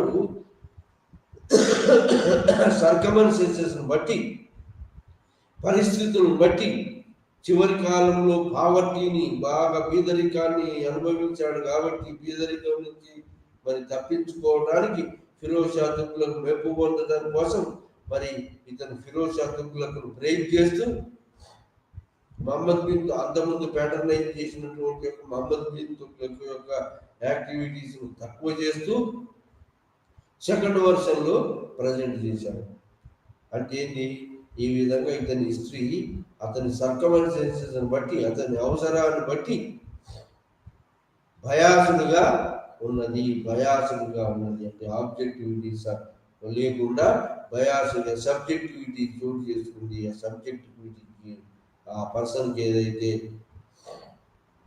మరి అనుకూలంగా పరిస్థితులు లేవో, ఆ అనుకూలంగా పరిస్థితులు లేనప్పుడు మరి అతని అనుకూలతను ఫిరోజ్ తుగ్లక్ యొక్క అనుకూలతను సంపాదించడం కోసం ఫిరోజ్ షా తుగ్లక్ను ప్రైజ్ చేస్తూ అతని పరిపాలన కూడా ప్రైజ్ చేస్తూ మరి రచనలు చేశాడు. దాన్ని second version Firoz Shah Tughlaq. Second వర్షన్లో ఫస్ట్ వర్షన్లో ఫిరోజ్ షా తుగ్లక్ గురించి ఓన్లీ 12 చాప్టర్లలో ఇతని తారీఖీ ఫిరోజ్ షా 12-13 చాప్టర్లు ఉన్నాయి. ఇంట్రడక్షన్ ఉంది, తర్వాత 12 చాప్టర్స్ ఉన్నాయి. ఆ లాస్ట్ చాప్టర్ ఫిరోజ్ షా తుగ్లక్ యొక్క ఎర్లీ ఇయర్స్ గురించి రాశాడు. ఇది ఫస్ట్ వర్షన్. మరి సెకండ్ వర్షన్లో ఏం చేశాడంటే 6 చాప్టర్స్ ఇచ్చాడు. 6 చాప్టర్స్ ఫిరోజ్ షా తుగ్లక్ గురించి గొప్పదనాన్ని, అతని కాలంలో జరిగిన ఈవెంట్స్, అతని గొప్పదనాన్ని బ్రేక్ చేస్తూ 6 చాప్టర్స్కి రాయించాడు. ఇది సెకండ్ వర్షన్లో. ఫస్ట్ చాప్టర్లో మహమ్మద్ బిన్ తుగ్లక్ బ్రేక్ చేశాడు. మరి ఫస్ట్ పీరియడ్లో, సెకండ్ పీరియడ్లో ఏం చేశాడంటే ఫిరోజ్ షా తుగ్లక్ కోసం అని చెప్పి 6 చాప్టర్లు మొట్టమొదటిలో ఒక చాప్టర్ని బ్రీఫ్గా వివరించాడు. ఫిరోజ్ షా తుగ్లక్ కాలం, ఎర్లీ ఫిరోజ్ షా తుగ్లక్ కాలము. మరి తర్వాత మరి ఏం చేశాడంటే 6 చాప్టర్లు కేటాయించాడు. 6 చాప్టర్లు. సో అంటే ఇతని హిస్టరీ బయాస్ హిస్టరీగా, సర్కమన్సెన్సెస్ మరి సమకాలీన పరిస్థితులను దృష్టిలో పెట్టుకొని అతను లాస్ట్ స్టేజ్లో ఆబ్జెక్ట్ పావర్టీ అంటే బాగా బీదతనం నుంచి తప్పించుకోవడానికి కోర్టు యొక్క ఫేవరిటిజాన్ని, కోర్టు యొక్క పోషణ లభించడం కోసం ప్రయత్నం చేస్తూ ఈయన 2 వర్షన్స్ రాశాడు. ఫస్ట్ వర్షన్లో బ్రీఫ్గా రాశాడు ఫిరోజ్ షా తుగ్లక్, కానీ ఫస్ట్ వర్షన్లో బాగా మొహమ్మద్ బిన్ తుగ్లక్ పొగిడాడు, కానీ సెకండ్ వర్షన్లో మొహమ్మద్ బిన్ తుగ్లక్ క్రిటిసైజ్ చేస్తూ అతని యొక్క పాలనా విధానం క్రిటిసైజ్ చేస్తూ ఫిరోజ్ షా తుగ్లక్ పాలనా విధానం అతని యొక్క యాక్టివిటీస్ను ప్రైజ్ చేస్తూ రాయడం జరిగింది సెకండ్ వర్షన్లో. ఆ విధంగా ఇతని ఫ్యాక్ట్స్ అండ్ దాని బయాస్ హిస్టరీగా మారిపోయింది. ఇతని యొక్క రైటింగ్స్ తారిఖ్ ఫిరోజ్ షా బయాస్ లాగా మారింది, ఫ్యాక్ట్స్ లాగా వివరించిన బయాస్ హిస్టరీగా మారింది. అది అంటే ఇది ఇతను పరిస్థితులను అనుకూల బట్టి ఇతను బయాసుగా మారాడు హిస్టరీ రైటింగ్లో. అంటే అంతకుముందు బయాస్ రాయొద్దు, ట్రూత్ రాయాలి, ఆబ్జెక్టివిటీ ఉండాలి, సబ్జెక్టివిటీ ఉండొద్దు అన్నటువంటి యొక్క జియావుద్దీన్ బర్ని ఇప్పుడు అవన్నీ గాలికి వదిలేసి ఏం చేశారంటే బయాసుగా ఫిరోజ్ షా తుగ్లక్ మెప్పు పొందడం కోసం బయాసుగా రాశాడు. అది ఇతని ఐడియా కింగ్షిప్. కింగ్ అనేవాడు ఎట్లాంటి కింగ్ అనేవాడు దైవాంశ సంభూతుడు. ప్రజలు కింగ్ అనే వాళ్ళు మ్యూచువల్గా అడ్జస్ట్ చేసుకున్నటువంటి వాళ్ళు కాదు. ప్రజల మేలు కోసం పరిపాలించాలి కింగ్ కు ప్రజలు కట్టుబడి ఉంటారు. ఇట్లా కాకుండా మ్యూచువల్గా సోషల్ కాంట్రాక్ట్ థియరీ లాగా మ్యూచువల్గా కాకుండా రాజు అనేవాడు, కింగ్ అనేవాడు దైవాంశ సంభూతుడు, షాడో ఆఫ్ గాడ్, గాడు యొక్క గిఫ్ట్ కింగ్ అనేవాడు. ఆ విధంగా షాడో ఆఫ్ గాడ్ అనేటువంటి వాడు కింగ్ అనే రాజు, మొనార్కీ. మరి అతను ఈ యొక్క షాడో ఆఫ్ గాడ్ మొనార్కీ అనేటువంటి యొక్క కింగ్ మరి ఈ కాలం నాటి ఇది గాడ్. ఆ విధంగా పాంపైన్ షో కోర్టులో ఏంటి షాడో ఆఫ్ గాడ్ కాబట్టి మరి అతను హైబార్న్ పీపుల్కే అడ్మినిస్ట్రేషన్లో చోటు ఇవ్వాలి. దాంతో మరి స్టెబిలిటీ ఆఫ్ అడ్మినిస్ట్రేషన్ వస్తుంది. మరి అలా స్టెబిలిటీ ఆఫ్ అడ్మినిస్ట్రేషన్ వస్తుంది. ఆ విధంగా అడ్మినిస్ట్రేషన్ స్టేబుల్గా ఉంటుంది. అలా హైబార్న్ పీపుల్కు ఇవ్వకుండా లోబార్ కన్వర్ట్, ఇది ముబారక్ ఖిల్జీ లోబార్ కన్వర్ట్కు హయ్యర్ పొజిషన్ ఇస్తే అతను ఏం చేశాడు, లాస్ట్కు ముబారక్ ఖిల్జీని అలావుద్దీన్ ఖిల్జీ వారసుడైన ముబారక్ ఖిల్జీని అతను చంపేశాడు. సో ఆ విధంగా మరి స్టెబిలిటీ వారసత్వ కోర్టులో ఉన్నటువంటి హైబార్న్ పీపుల్ రెస్పెక్ట్ చేయకుండా లోబార్ వాళ్ళకు హై పొజిషన్స్ ఇస్తే ఇలాంటి అనర్థాలు జరుగుతాయి అని చెప్పాడు. ఇంకా ఏం చెప్పాడు, Alauddin Khilji market price control system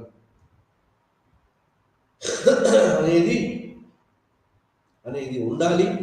లేకపోతే ఈ ట్రేడర్స్ అనేవాళ్ళు, మర్చెంట్స్ అనేవాళ్ళు గూడ్స్ హైడ్ చేస్తాడు. కింగ్ అనేవాడు హైబార్న్ పీపుల్ తోటి ఎక్కువ అడ్మినిస్ట్రేషన్ పొజిషన్స్ అన్ని కూడా హైబార్న్ పీపుల్ ఇవ్వాలి. లోబార్న్ పీపుల్కి ఇస్తే అడ్మినిస్ట్రేషన్ స్టెబిలిటీ దెబ్బతింటుంది.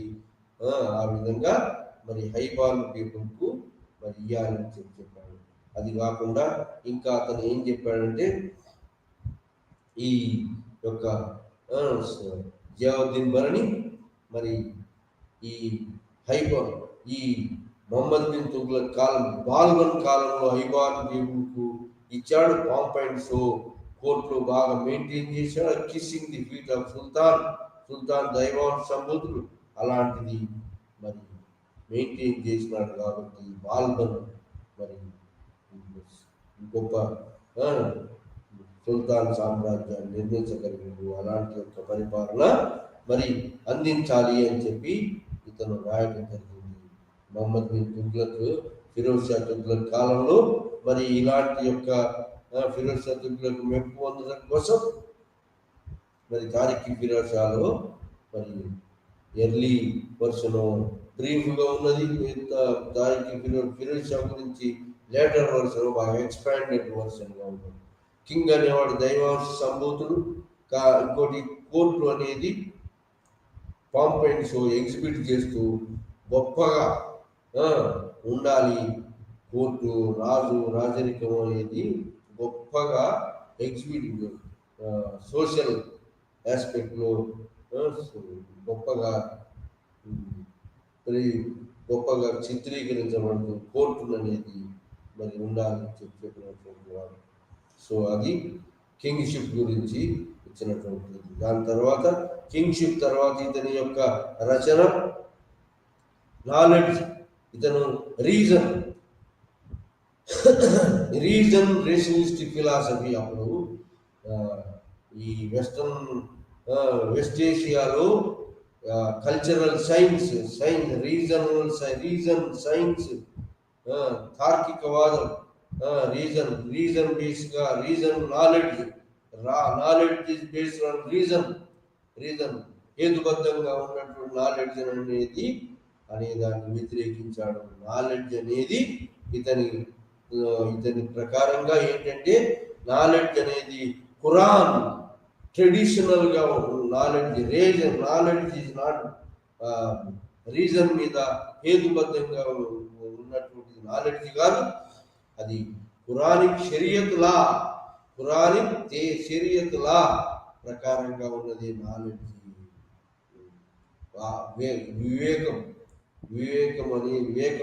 వివేకము అనేది ఈ యొక్క ఖురానిక్ లా థియోలాజికల్ మత సంబంధమైనటువంటి వాటిని సపోర్ట్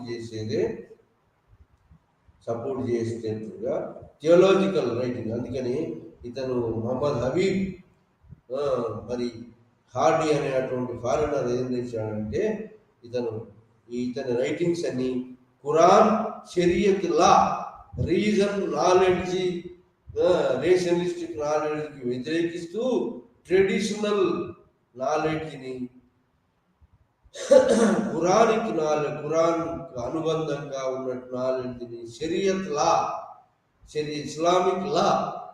ఇస్లామిక్ లాని ఇంప్లిమెంట్ చేయాలి, ఇస్లామిక్ లా తోటి పరిపాలన చేయాలి, ఇస్లామిక్ లా షరియత్ లా ప్రకారంగా కాఫీర్లు అంటే ఇస్లామిక్ లా కాని వాళ్ళందరినీ కూడా కన్వర్ట్ చేయాలి అని చెప్పి ప్రాపగేట్ చేశాడు ఇతను.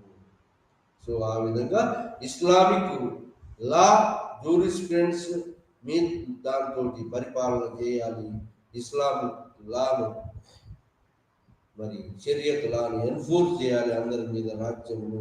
ఆ విధంగా రాజ్యంలో ఉన్న వాళ్ళను కాఫీర్స్ అంటే ముస్లిం మతం కానటువంటి వాళ్ళందరినీ కూడా ముస్లింలోకి మార్చాలి, అది ఆ విధంగా పరిపాలన చేయాలని చెప్పి రాశాడు. అది ఈ విధంగా ఇతను నాలెడ్జ్ బేస్డ్ ఆన్ రీజన్ అనే దానికి వ్యతిరేకం. ఇతని యొక్క నాలెడ్జ్ హిస్టరీ రైటింగ్స్ అన్నీ కూడా ఖురానిక్ లాకు, ఖురానిక్ ప్రొఫెట్ మహమ్మద్ ఖురానిక్ సబ్జెక్టుకు మరి ఖురాన్ దానికి అనుకూలంగా షరియత్ లా అనుకూలంగా మరి పరిపాలన చేయాలని చెప్పినటువంటి వాడు. ఇది ఇతని రీజన్. మరి సెక్యులర్ ఆస్పెక్ట్కు వ్యతిరేకంగా థియోలాజికల్ ఆస్పెక్ట్లో ఇతని రైటింగ్స్ ఉన్నాయి.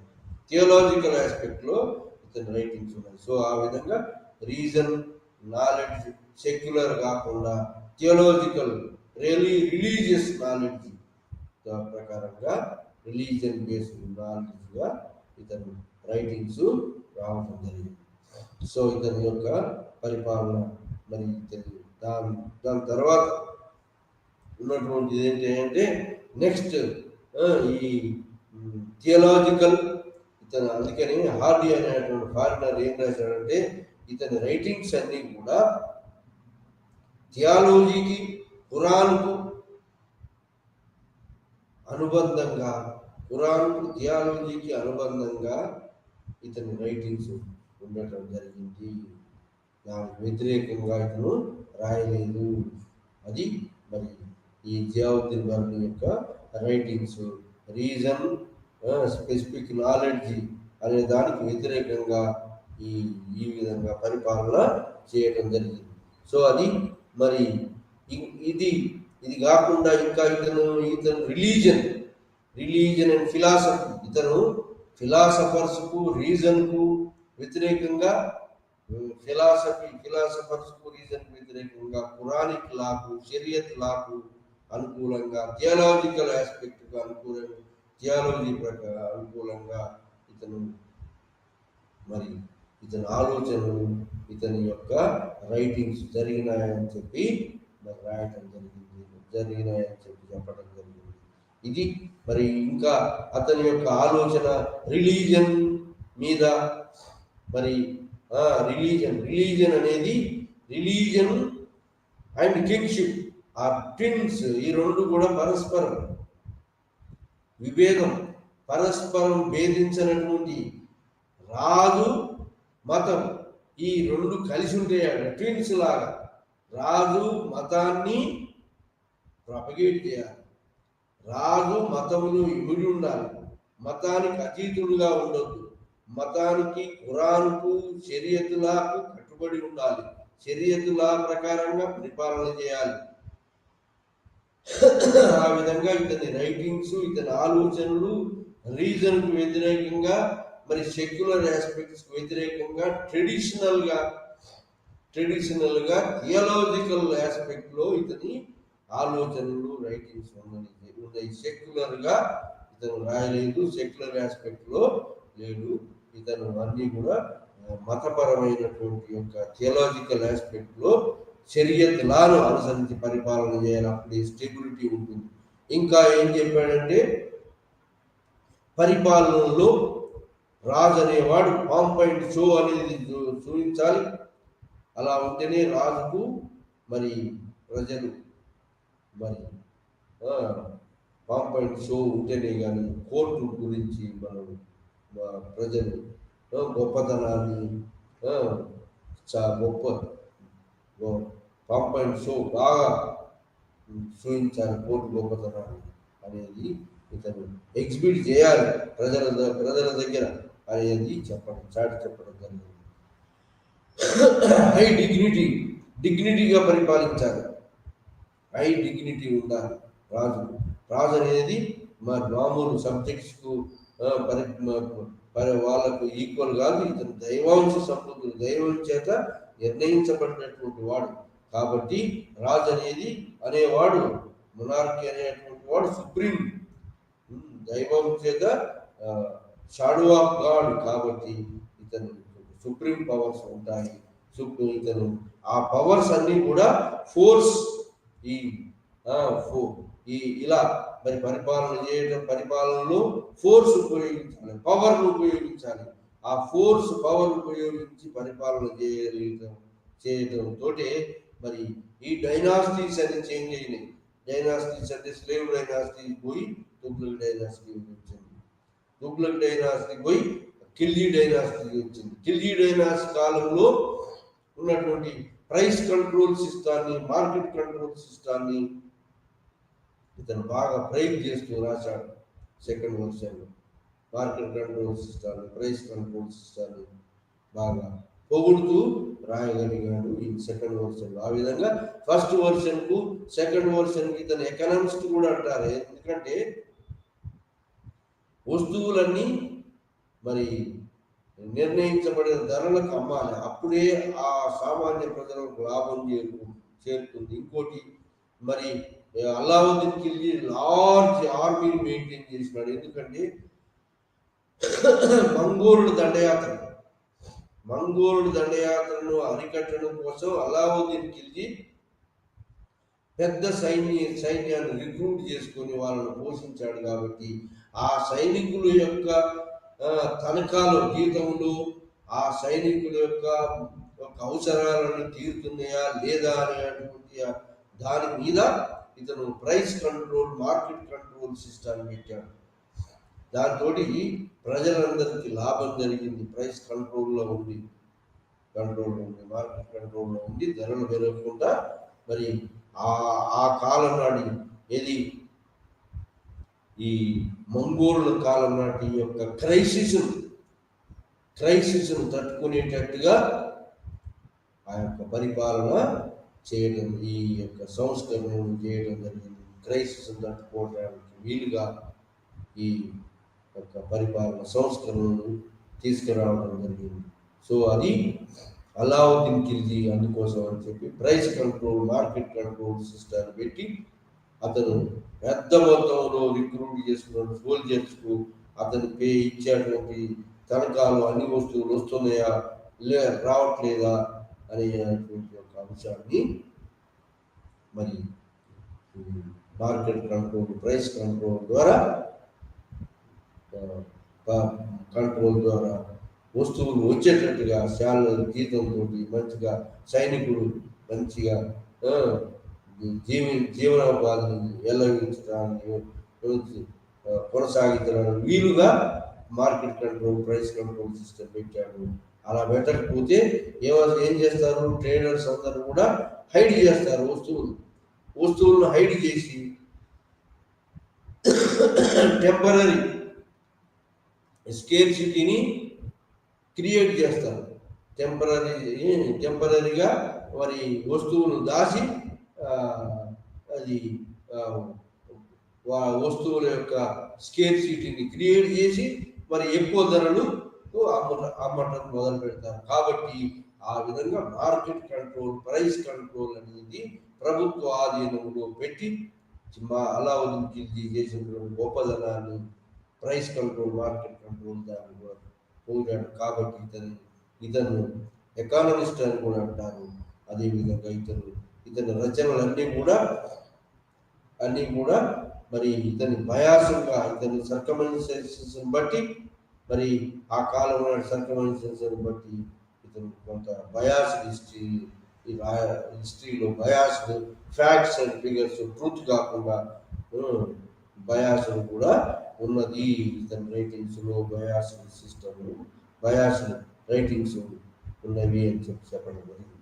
ఇంకా మరి అది కాకుండా రిలీజన్ మరి కింగ్ ఇద్దరు కూడా ట్విన్స్ అంటారు. ఇద్దరు కూడా ట్విన్స్ ఆఫ్ ది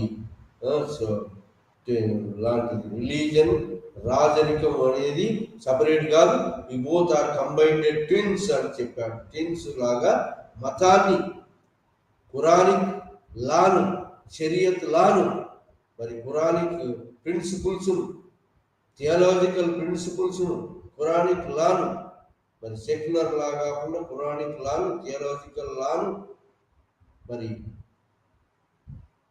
ప్రిన్సిపుల్స్కు అనుకూలంగా రాజు పరిపాలన చేయాలని చెప్పి పరిపాలన చేయాలని ఇతని రచనల్లో వెలువడింది. ఇతని యొక్క యాక్టివిటీస్లో, ఇతని యొక్క రచనల్లో తెలపడం జరిగింది. ఖురానిక్ లా ప్రకారంగా, షరియత్ లా ప్రకారంగా పరిపాలన చేయాలి. సో ఆ విధంగా మరి ఇతని పరిపాలనలో ఇంకా బాగా ఇతని యొక్క వర్షంలో తారీఖీ ఫిరోజ్ షా లేదా జలంధర్, ఈ పటవా జలంధర్లో సుల్తాన్ ఎలా అతను అడ్వైజెస్ సుల్తాన్ పటవా జలంధర్లో అడ్వైజెస్ సుల్తాన్ ఎట్లా పరిపాలన చేయాలి, గజనీ మొహమ్మద్ నుంచి గజనీ మొహమ్మద్ సన్స్కు, తర్వాత సుల్తాన్ అతను వాళ్ళ యొక్క వారసులకు ఈ పటవా జలంధర్ దాంతో సుల్తాన్ యొక్క పరిపాలన వివరణ చేయడం. మరి అది కాకుండా ఇంకా ఏంటి అంటే ఇంకా జరిగినటువంటిది ఈ యొక్క పటవా జలంధర్ కాకుండా తారీఖీ ఫిరోజ్ షాలో బయాస్ ఉంది. ఇంకా ఇందులో ఏం చెప్పాడంటే ఏంటి అంటే మరి ఇతను యొక్క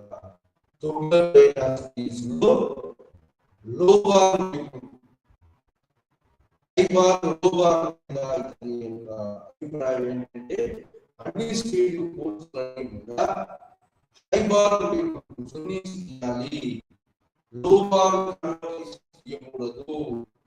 దాంతో అన్ని స్టేషన్ స్టెబిలిటీ పోతుంది, అంటే స్టెబిలిటీ ఉండదు. ఆ లో బార్ పేపరు అతని దాని మీద అతను అనాలిసిస్ చెప్పాడు. అతను అనాలిసిస్ ఏం చెప్పాడంటే లోబార్న్ పీపుల్ హయ్యర్ పొజిషన్ లో ఎప్పుడు ఇవ్వకూడదు. అలా ఇచ్చాడు కాబట్టి మహమ్మద్ బిన్ తుగ్లక్ అతని పరిపాలన తుగ్లక్ మరి అతని యొక్క లోబార్న్ పీపుల్కి ఇవ్వడంతో అల్లావుద్దీన్ ఖిల్జీ కూడా రిలీజన్ పట్టించుకోలేదు, షరియతులను పట్టించుకోలేదు.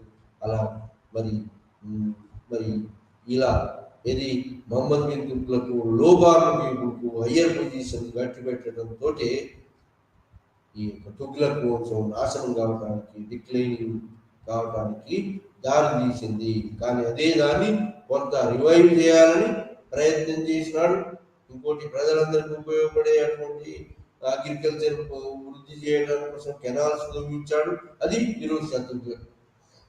ఆ విధంగా హైబార్న్ పీపుల్ మాత్రమే అడ్మినిస్ట్రేషన్ లో హయ్యర్ పొజిషన్స్ ఇవ్వాలి. లోబార్న్ పీపుల్ కనుక హయ్యర్ పొజిషన్స్ ఇస్తే ఏంటి ఇన్స్టెబిలిటీ ఏర్పడుతుంది పరిపాలనలో.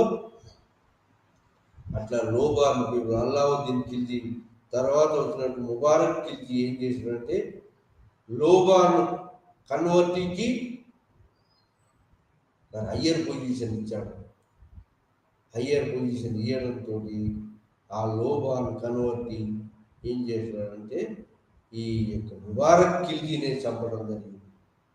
అంటే ఇది ఆ యొక్క మరి హైబార్న్ పీపుల్ కాకుండా లోబార్న్ కన్వర్టీ, రిలీజియస్ కన్వర్టీకి ఇస్తే షరియతుల ప్రకారం కాకుండా, ఖురాన్ ప్రకారం కాకుండా లోబార్న్ పీపుల్ నుంచి వచ్చినటువంటి వాడు ఏం చేశాడు, తన చక్రవర్తి యొక్క మాస్టర్నే లేకుండా చేశాడు. ఇలా జరుగుతుంది అని చెప్పాడు.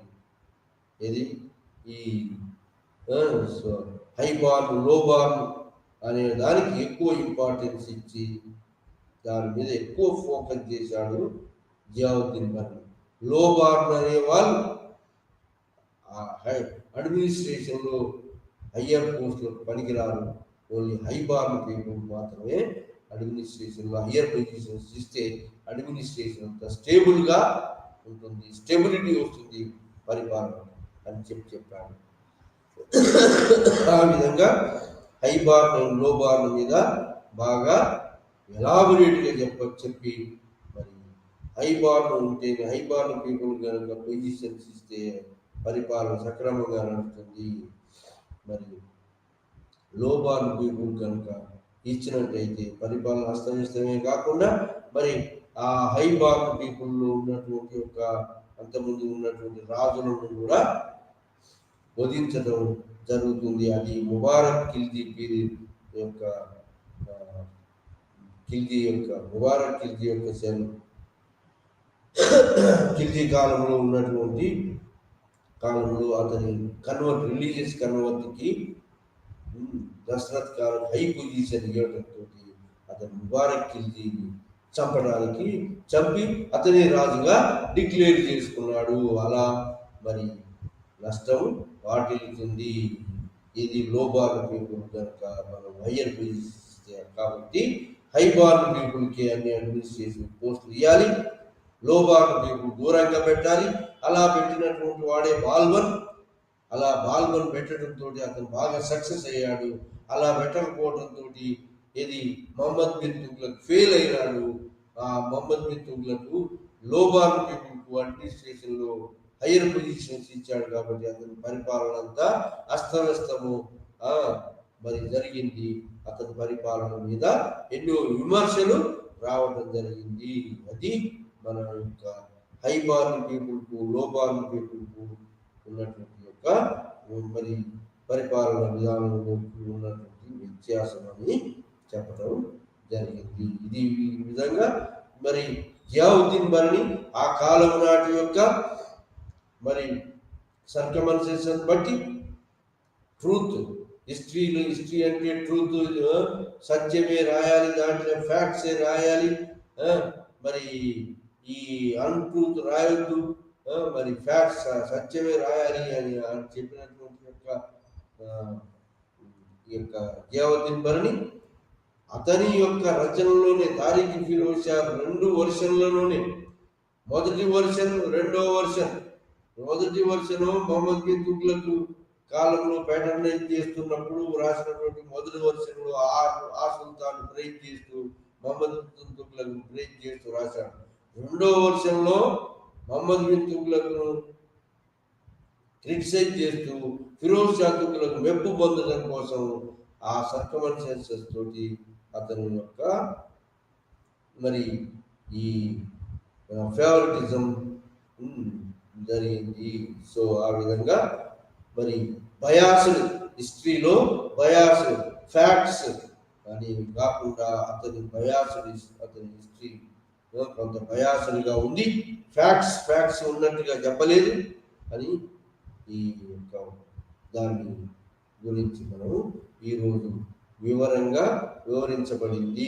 ఈ విధంగా జియావుద్దీన్ బరణి ఇతని యొక్క బ్యాక్గ్రౌండ్, అతని లాస్ట్ పీరియడ్లో జరిగినటువంటి యొక్క అవమానం, ఫైనాన్షియల్ క్రైసిస్ తోటి అతను ఫస్ట్ వర్షన్ లో ఉన్న ఫ్యాక్ట్స్, సెకండ్ వర్షన్లో ఫ్యాక్ట్స్ను తక్కువ చేస్తూ మరి ఎలాబొరేట్గా సెకండ్ వర్షన్లో ఏది ఫిరోజ్ షా తుగ్లక్ గురించి, అలావుద్దీన్ ఖిల్జీ గురించి ఎక్కువగా రాస్తూ ప్రజెంట్ చేయడం జరిగింది. సో ఆ విధంగా మరి ఫ్యాక్ట్స్ ట్విస్ట్ చేయబడ్డాయి. ట్రూత్ ట్రూత్ రాయలేదు. అతని రచనలోనే ఫస్ట్ సెకండ్ వర్షన్ రైటింగ్స్లోనే ఫ్యాక్ట్స్ మరి ఈ యొక్క వాటిని ట్విస్ట్ చేయబడి రాయబడి ఫ్యాక్ట్స్ పోయి మరి ఫాల్స్ విషయాలు చోటు చేసుకోవడం జరిగింది.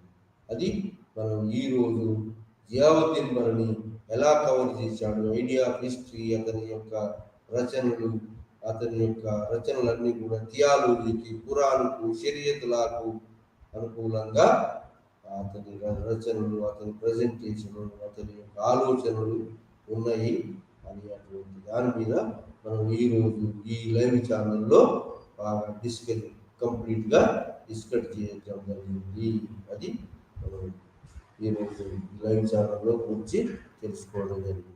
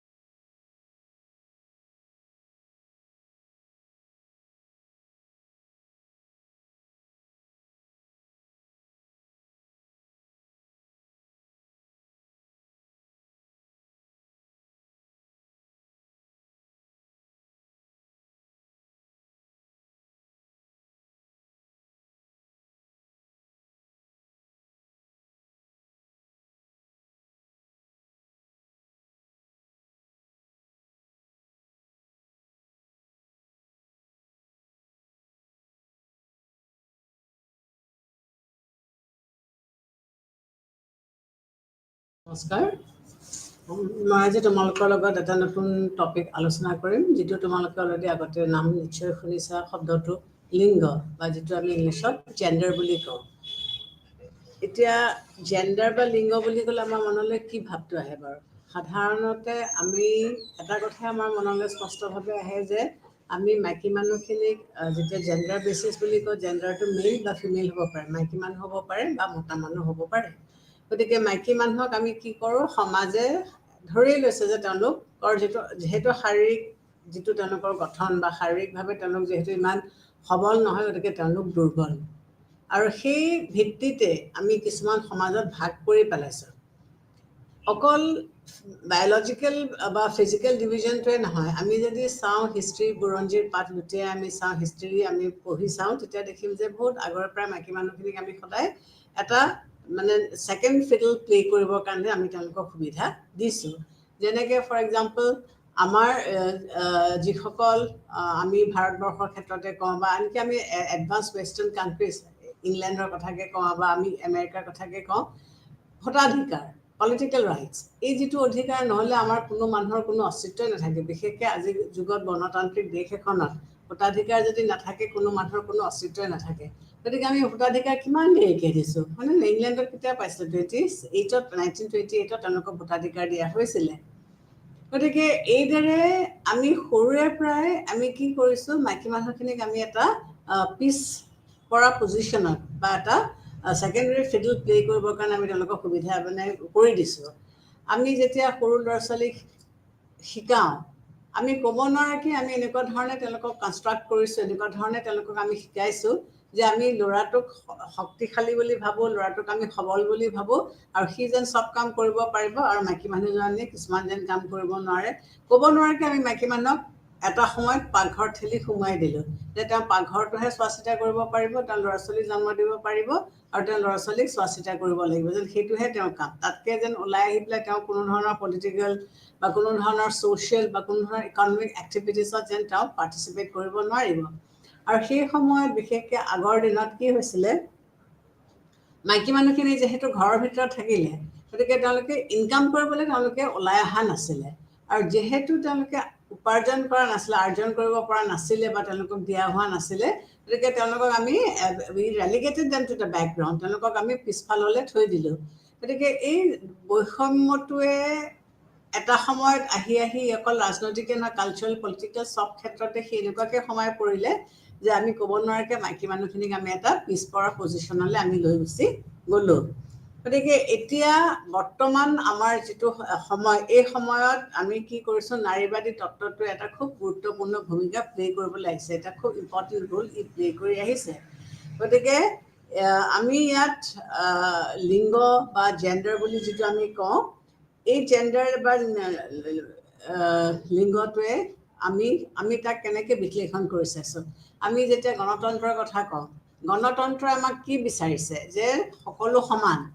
সমান কোনটো এছপেক্টত বিচাৰিছে হোৱাটো, পলিটিকেল, ইকনমিক, ছ'চিয়েল চব ক্ষেত্ৰতে আমাক সমতা দিব বিচাৰিছে। গতিকে তেনে ক্ষেত্ৰতো আমি এতিয়া এই ডেম'ক্ৰেটিক ষ্টেট এখনত নাৰীক আমি পিছপেলাই যদি ৰাখোঁ, তেতিয়াহ'লে এখন দেশত বিকাশ হ'বনে, এখন দেশত উন্নতি হ'বনে? গতিকে আমি কি কৰিব লাগিব, লিংগ হিচাপে যদি আমি কনচিডাৰো কৰোঁ, জেণ্ডাৰ বেচিছত যদি আমি কাম কিছুমানো কৰোঁ, কিন্তু এই পিছপৰা শ্ৰেণীসকলক আমি অলপমান আগবঢ়াই আনিব লাগিব। এতিয়া লিংগৰ ডেফিনেশ্যনছ, জেণ্ডাৰ ডেফিনেশ্যনছ বিভিন্ন লিখকে বিভিন্ন ধৰণে দিছে, তাত কোনো এটা একমত নাই যে এইটোৱেহে লিংগৰ ডেফিনেশ্যনছ। তথাপিও আমি কমলা ভাচিনৰ যিটো ডেফিনেশ্যন, সেই ডেফিনেশ্যনটো আমি অকণমান উল্লেখ কৰিব পাৰোঁ। তেওঁ কি কৈছে, তেওঁৰ মতে লিংগ বৈষম্য হৈছে পুৰুষ আৰু নাৰীৰ সম্পৰ্কে সামাজিক সজ্ঞান, য'ত সমাজ ব্যৱস্থাই লিংগ বৈষম্যৰ আধাৰত পুৰুষ আৰু নাৰীৰ মাজত শ্ৰম বা কামৰ বিভাজন কৰে। গতিকে তেওঁৰ ডেফিনেশ্যনটো হৈছে কি, যে socio' cultural definition of men and women, the way societies distinguish between men and women and assign them certain social roles. গতিকে সমাজখনে তেওঁলোকক কি ধৰণে বিশ্লেষণ কৰি চাইছে, ছ'চিয়েল আৰু পলিটিকেল এছপেক্টৰ পৰা কি ধৰণে বিশ্লেষণ কৰি চাইছে, আৰু তেওঁলোকক কি কাম দিছে, সমাজে তেওঁলোকক কৰিবলৈ কি কি কাম দিছে, সেইটোৰ বিষয়ে তেওঁলোক বিশেষকৈ বিশ্লেষণ কৰিছে। নিবেদিতা মেননৰ মতে নাৰীবাদী সাহিত্যত আৰম্ভণিতে যৌনতা শব্দৰ জৰিয়তে পুৰুষ আৰু নাৰীৰ মাজৰ জৈৱিক পাৰ্থক্য বুজোৱা হৈছিলে। আনহাতে লিংগ শব্দৰ জৰিয়তে পুৰুষ আৰু নাৰীৰ সাংস্কৃতিগত পাৰ্থক্য বুজোৱা হৈছে। গতিকে তেওঁ আকৌ অকণমান বেলেগ ধৰণে বিশ্লেষণ কৰিছে। তেওঁৰ মতে কি হৈছে যে নাৰীবাদী সাহিত্যত আৰম্ভণিতে যৌনতা শব্দৰ জৰিয়তে পুৰুষ আৰু মহিলাৰ মাজৰ জৈৱিক পাৰ্থক্য বুজোৱা হৈছিলে আৰু আনহাতে লিংগৰ শব্দৰ জৰিয়তে পুৰুষ আৰু নাৰীৰ সাংস্কৃতিগত পাৰ্থক্য বুজোৱা হৈছিলে। গতিকে এতিয়া এটা কথা স্পষ্ট হৈছে যে নাৰীবাদ বুলি কওঁতে বা লিংগ বুলি কওঁতে বা জেণ্ডাৰ বুলি কওঁতে কোনো এটা ডেফিনেশ্যনে যে এইটোৱে শুদ্ধ সেইটো নহয়। বেলেগ বেলেগ পলিটিকেল থিংকাৰ, বেলেগ বেলেগ ছ'চিয়লজিষ্টে তেওঁলোকে যিটো এংগেলৰ পৰা তাক বিশ্লেষণ কৰি চাইছে সেই এংগেলৰ পৰা তেওঁলোকে কথাখিনি কৈছে। এতিয়া নিবেদিতা মেননে কি ক'ব বিচাৰিছে যে আমাৰ প্ৰাকৃতিকভাৱে নাৰীৰ মূল্যায়ন আৰু সাংস্কৃতিকভাৱে পুৰুষ আৰু নাৰীৰ মাজৰ যিবিলাক বৈষম্য, যে সাংস্কৃতিকভাৱে বা প্ৰাকৃতিকভাৱে নাৰী আৰু পুৰুষৰ মাজৰ যিবিলাক বিভাজন আছে এইবিলাকক আমি অধিক সংবেদনশীল কৰি তেওঁ সেই বৈষম্যবিলাকক তেওঁ বিশ্লেষণ কৰি চাইছে যে কালচাৰেলি বা নেচাৰেলি নাৰী আৰু পুৰুষৰ মাজত যিখিনি ডিফাৰেঞ্চ আছে সেইখিনিক তেওঁ বিশেষভাৱে বিশ্লেষণ কৰি পেলাই তেওঁ চাইছে পুৰুষ আৰু নাৰীৰ মাজত এনে জৈৱিক প্ৰভেদ বাবেই পুৰুষৰ সমাজে নাৰীৰ ওপৰত বিভিন্ন ৰূপত দমন, শোষণ আৰু অত্যাচাৰ কৰিব পাৰিছে। তেওঁ কি ক'ব পাৰিছে যে যিহেতু পুৰুষ আৰু নাৰীৰ মাজত জৈৱিক প্ৰভেদ আছে, ফিজিকেলি আমি মানিবই লাগিব যে মতা মানুহখিনি শাৰীৰিকভাৱে মতা মানুহখিনি মাইকী মানুহতকৈ বহুত শক্তিশালী বা সক্ষম। গতিকে সেই ফিজিকেল ষ্ট্ৰেংথৰ সুবিধা লৈ পেলাই তেওঁলোকে কি কৰিছে, আজি যুগ যুগ ধৰি তেওঁলোকে নাৰীৰ ওপৰত অত্যাচাৰ চলাই তেওঁলোকে আহিছে। তেওঁলোকে শোষণ কৰিছে নাৰীক, তেওঁলোকে দমন কৰিছে ইত্যাদি। আনকি দাৰ্শনিক যুক্তিয়েও নাৰীৰ বিৰুদ্ধে চলা এনে শোষণ, দমন, উৎপীড়ন আৰু বঞ্চনাক প্ৰকৃতি প্ৰদত্ত আৰু মুক্ত হ'ব নোৱাৰে ইনএস্কেপেবল অৱস্থা বুলিয়ে ইয়াক সামাজিকভাৱে বাধ্যতা প্ৰদান কৰিবলৈ চেষ্টা কৰিছে। গতিকে কি দেখা গৈছে যে যিসকল মডাৰ্ণ পলিটিকেল ফিলচফাৰ্ছ তেওঁলোকেও কোনোবা এখিনিতে এই যে নাৰীৰ ওপৰত যিটো দমন চলিলে সেইটো তেওঁলোকে কৈছে যে এইটো অনিবাৰ্য, এইটোক মানে কেতিয়াও আমি আওকাণ কৰিব নোৱাৰোঁ। আৰু তাক সেইটো কথা সেই ধৰণে কথাখিনি কৈ পেলাই তাক এটা বৈধতা দিবৰ কাৰণে তেওঁলোকে চেষ্টা কৰিছে যে নাৰী যিহেতু ফিজিকেলি উইক, তেওঁলোকে কিছুমান কাম কৰিব নোৱাৰে, তেওঁলোকে মতা মানুহৰ ওপৰত ডিপেণ্ডেণ্ট। গতিকে তেওঁলোকৰ ওপৰত যিখিনি অত্যাচাৰ বা তেওঁলোকৰ ওপৰত যিখিনি চলিছে সেইখিনি মাইকী মানুহখিনিয়ে মানি ল'ব লাগিব। তেওঁলোকে কি ক'ব বিচাৰিছে যে এনে উৎপীড়ন, দমন আৰু শোষণৰ কাৰণ হ'ল নাৰী আৰু পুৰুষৰ মাজত প্ৰাকৃতিকভাৱে জৈৱিক প্ৰভেদ। আৰু তেওঁলোকে কৈছিল যে এই শোষণটো এইকাৰণে চলিছে যে নাৰী আৰু পুৰুষৰ মাজত যিটো প্ৰাকৃতিকভাৱে জৈৱিক পাৰ্থক্য বা প্ৰভেদ আছে সেইটো কথাৰ কাৰণে তেওঁলোকৰ ওপৰত এনেকুৱা ধৰণৰ উৎপীড়না চলোৱা হৈছে। গতিকে এনে প্ৰাকৃতিকত জৈৱিক প্ৰভেদৰ ধাৰণে সমাজত নাৰীৰ বিৰুদ্ধে পুৰুষৰ দমন, অত্যাচাৰ আৰু উৎপীড়নক সামাজিক মান্যতা আৰু বাধ্যতা দিছে। গতিকে এইটো যিটো তেওঁলোকৰ ওপৰত দমন চলি আহিছে সেইটো তেওঁলোকে স্বীকৃতি দিব এইকাৰণেই বিচাৰিছে যে এইটো ইমপ্লিমেণ্ট এইকাৰণেই হৈছে বা এই নাৰী মানে পুৰুষসকলে নাৰীৰ ওপৰত দমন এইকাৰণেই কৰিব পাৰিছে যে নাৰীসকল প্ৰাকৃতিক যিটো নেচাৰেল আমাৰ গ্ৰোথ কণ্ডিশ্যনছ আমি কিছুমান কাম আমি কৰিব নোৱাৰোঁ, আমি পুৰুষতকৈ আমি দুৰ্বল বা পুৰুষতকৈ আমি অলপ কম শক্তিশালী। গতিকে এইটো আমি মানে কালচাৰেলি এইটো এটা কনষ্ট্ৰাক্ট একচেপ্টেড হৈ গৈছে। নাৰীবাদী ৰাজনীতিত এনে জৈৱিক প্ৰভেদৰ আৰু নিৰ্ধাৰণবাদ অতি গুৰুত্বপূৰ্ণ। গতিকে আমাৰ যিটো পলিটিকেল কালচাৰ, এই পলিটিক্সতো এই বস্তুটো মানে সোমাই পৰিছে। তো ইয়াত আমি কি ক'ব বিচাৰিছোঁ যে আমাৰ যিসকল নাৰীবাদী চিন্তাবিদসমূহে তেওঁলোকে এইটোৰ আকৌ একেবাৰে একমত হ'ব খোজা নাই যে আমি প্ৰকৃতিগতভাৱে আমাৰ যিবিলাক ডিফাৰেঞ্চ আছে সেইকাৰণে যে নাৰীসকল দুৰ্বল আৰু তাৰ ওপৰত যে পুৰুষসকলে দমন কৰিব সেইটো তেওঁলোকে মানিবলৈ খোজা নাই। আৰু তেওঁলোকে ক'ব বিচাৰিছে যে এনেকুৱা আমি কিছু পৰিৱৰ্তন আমি আনিব পাৰোঁ। পুৰুষ আৰু নাৰীৰ মাজত এনে জৈৱিক পাৰ্থক্যই নহয়, বঞ্চনা সামাজিক আৰু সাংস্কৃতিক মূল্যবোধ, ভাৱধাৰা আৰু কেতবোৰ অনুষ্ঠানৰ বাবেহে এনে লিংগ বৈষম্য আৰু উৎপীড়নৰ সৃষ্টি হৈছে। তেওঁলোকে কি ক'ব বিচাৰিছে যে সমাজত এই যে নাৰীৰ ওপৰত যিটো লাঞ্ছনা লগোৱা হৈছে, যে তেওঁলোকক যিটো পুৰুষে দমন কৰি আহিছে বা তেওঁলোকক শাৰীৰিকভাৱে অলপ অক্ষম বুলি ভাবি পেলাই তেওঁলোকৰ ওপৰত যিখিনি কৰা হৈছে, সেইটো তেওঁলোকে কি ক'ব বিচাৰিছে যে সমাজত চলি থকা যিবিলাক মূল্যবোধ, যিবিলাক নৰ্মছ, যিবিলাক কাষ্টমছ, মোৰ্ছ, ট্ৰেডিশ্যনছ, এইবিলাকহে এই বস্তুটো ইম্প'জ কৰিছে। গতিকে নাৰীবাদী তত্ত্বক যিসকল পলিটিকেল মানে ফেমিনিষ্ট থিয়ৰিষ্ট আছে, তেওঁলোকে এইটো যে এইটোৱে সত্য সেইটো তেওঁলোকে ক'ব খোজা নাই। তেওঁলোকে এইটো কথাই ক'ব বিচাৰিছে যে সমাজত চলি থকা যিবিলাক মূল্যবোধ, এই মূল্যবোধবিলাকৰ কাৰণেহে নাৰীৰ ওপৰত এই ডিফাৰেঞ্চিয়েশ্যনছটো বা এইবিলাক উৎপ্ৰেৰণা বা এওঁলোকৰ ওপৰত অত্যাচাৰ বা এওঁলোকৰ ওপৰত পুৰুষৰ দমন চলিছে। গতিকে এই সমাজৰ যিবিলাক প্ৰমূল্যবোধ, এইবিলাক যদি আমি পৰিৱৰ্তন কৰিব পাৰোঁ বা এইবিলাক গুচাব পাৰোঁ, তেতিয়াহ'লে এই ডিফাৰেঞ্চিয়েশ্যনছটো অট'মেটিকলি নাইকিয়া হৈ যাব। তেওঁলোকে এটা কথাই ক'ব বিচাৰিছে যে আমাৰ যিটো বৰ্তমান ছাবঅৰ্ডিনেশ্যন মাইকী মানুহৰ হৈছে, এইটো ক'ৰ পৰা সৃষ্টি হৈছে? বায়'লজিকেল ডিফাৰেঞ্চেছৰ পৰা সৃষ্টি হোৱা নাই। বৰ্তমান যিটো ডিফাৰেঞ্চ মতা মানুহ বা মাইকী মানুহৰ মাজত সৃষ্টি হৈছে, এইটো বায়'লজিকেল ডিফাৰেঞ্চেছৰ পৰা সৃষ্টি হোৱা নাই, কিন্তু সৃষ্টি হৈছে ক'ৰ পৰা? পলিটিকেল আৰু ছ'চিয়েল আৰু কালচাৰেল ভেলিউজ। আৰু আমাৰ যিবিলাক ভাৱধাৰা আছে, আমাৰ যিবিলাক অনুষ্ঠান আছে, এইবিলাকৰ মাজৰ পৰাহে এই ছাবঅৰ্ডিনেশ্যনবিলাকৰ সৃষ্টি হৈছে নিবেদিতা মেননৰ মতে।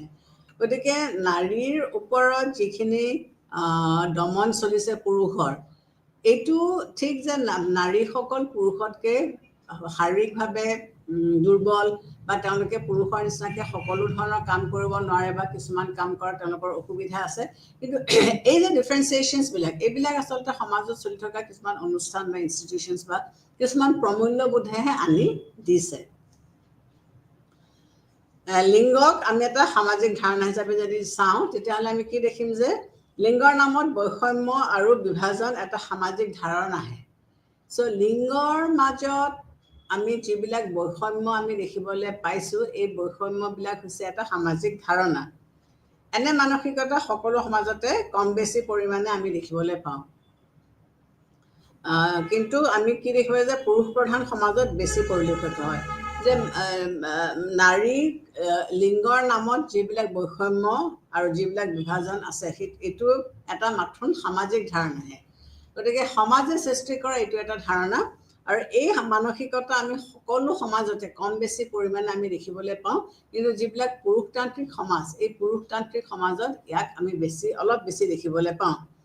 নাৰীৰ বিৰুদ্ধে পুৰুষৰ যিটো আধিপত্য, অগ্ৰাধিকাৰ দি কিছুমান মূল্যবোধৰ সৃষ্টি কৰা হৈছে, এনে মূল্যবোধক সামাজিক অনুষ্ঠানে সামাজিকভাৱে বৈধ হিচাপে মান্যতা দিছে।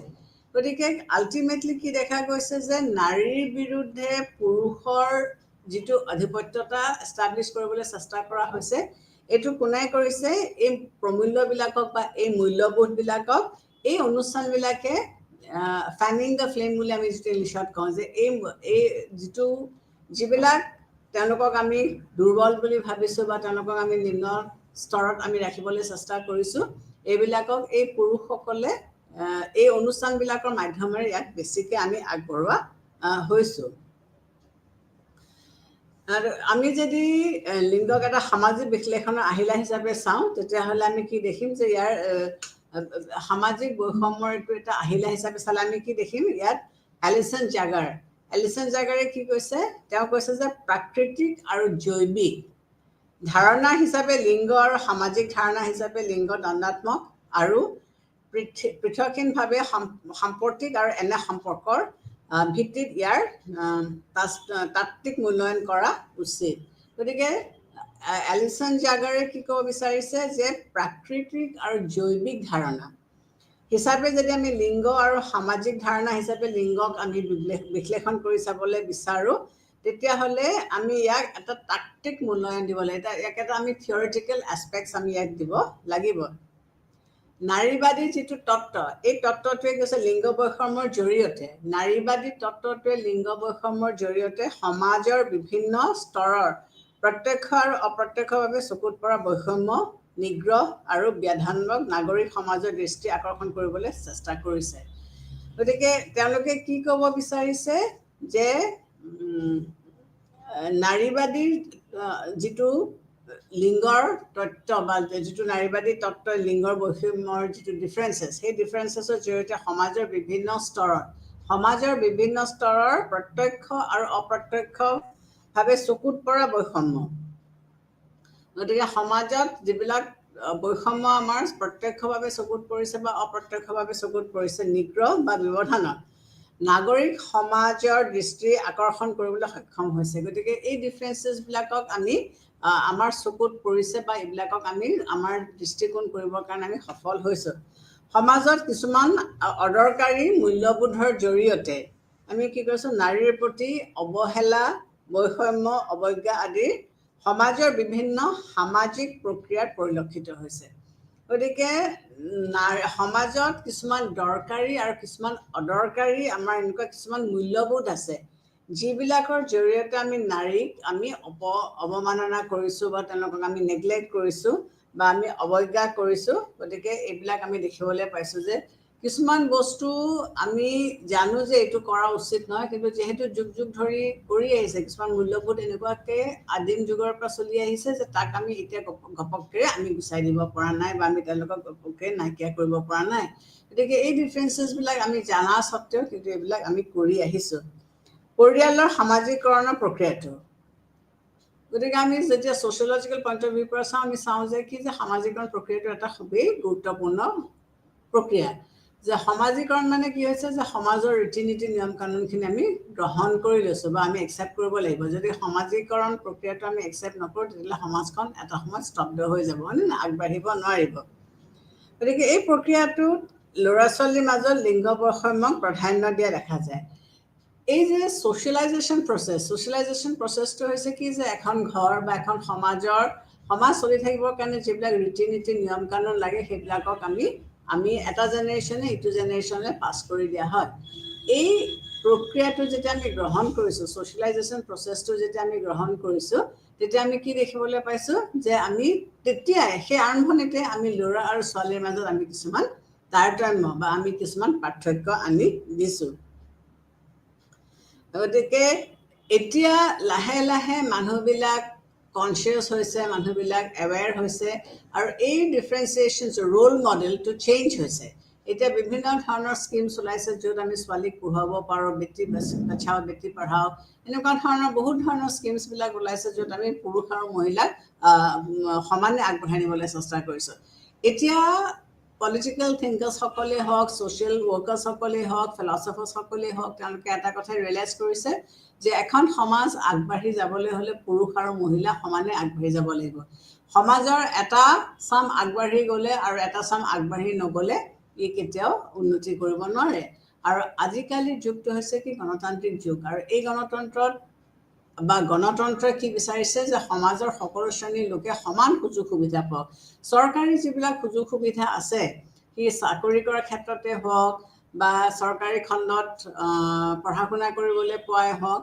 বা চৰকাৰী যিখিনি সুবিধা আগবঢ়াইছে গোটেইখিনি ক্ষেত্ৰতে পুৰুষ আৰু মহিলাৰ মাজত আমি কোনো ধৰণৰ ডিফাৰেঞ্চিয়েশ্যনছ নকৰাকৈ আমি আগবঢ়াই নিব পাৰিব লাগিব গতিকে এই যিটো ছ'চিয়েল কনষ্ট্ৰাক্ট যে পুৰুষ ল'ৰাটো ভাল বা এটা সময়ত এনেকুৱা হৈছিলে বেছিভাগ ঘৰতে যে ল'ৰাটোৱে যদি ঘৰখনত অলপ অৱস্থা পাতি ভাল নহয় তেতিয়াহ'লে কাক পঢ়ুৱাব ল'ৰাটোক পঢ়ুৱাব নে ছোৱালীজনীক পঢ়ুৱাব তেতিয়া ল'ৰাটোক পঢ়ুৱাব ছোৱালীজনী থাকক কাৰণ ল'ৰাটোৱে বংশ ধৰিব ল'ৰাটো আগবাঢ়ি যাব লাগিব ভৱিষ্যতে ল'ৰাটোৱে ঘৰ সংসাৰ এখন কৰিব লাগিব ঘৰ চলাব লাগিব চ' এই ধাৰণাবিলাকে কি কৰিছিলে ক'ব নোৱাৰাকৈ সমাজত কিছুমান ডিফাৰেঞ্চিয়েশ্যনছ আনি দিছিলে আৰু আমি ল'ৰাখিনিক বা পুৰুষসকলক আমি এটা পাৰ্টিকুলাৰ পজিশ্যনত আমি থৈ দিছিলোঁ এতিয়া সেইবিলাক লাহে লাহে কমি মানে প্ৰায় হ্ৰাস পাইছে কাৰণ এতিয়া আমি দেখিছোঁ যে সমাজত মহিলাসকলক আমি সমানে অগ্ৰাধিকাৰ দিছোঁ, তেওঁলোকে সমানে আগবাঢ়ি যাব পাৰিছে। প্ৰত্যেক পৰিয়ালে ল'ৰা বা ছোৱালীৰ মাজত এতিয়া বিশেষ প্ৰভেদ নকৰে, কিন্তু এটা সময়লৈকে এইটো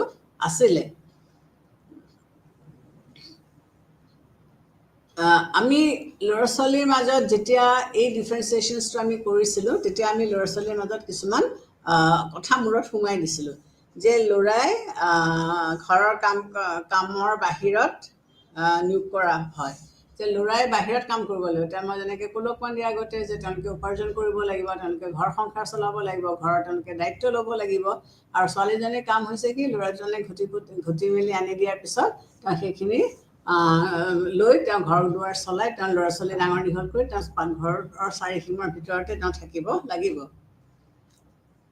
গতিকে ছোৱালীক বিশেষকৈ ঘৰৰ কাম কাজৰ বাহিৰে আৰু এখন যে পৃথিৱী আছে, আৰু এখন যে জগত আছে, সেইটো তেওঁলোকক জানিবলৈ দিয়া হোৱা নাছিলে। গতিকে তেওঁলোকে পৰিয়ালৰ ভিতৰতে থাকি পৰিয়ালৰ লালন পালন কৰি পৰিয়ালটো চোৱা চিতা কৰি তেওঁলোকে নিজৰ কামখিনি তেওঁলোকে কৰিবলগীয়া হৈছিলে।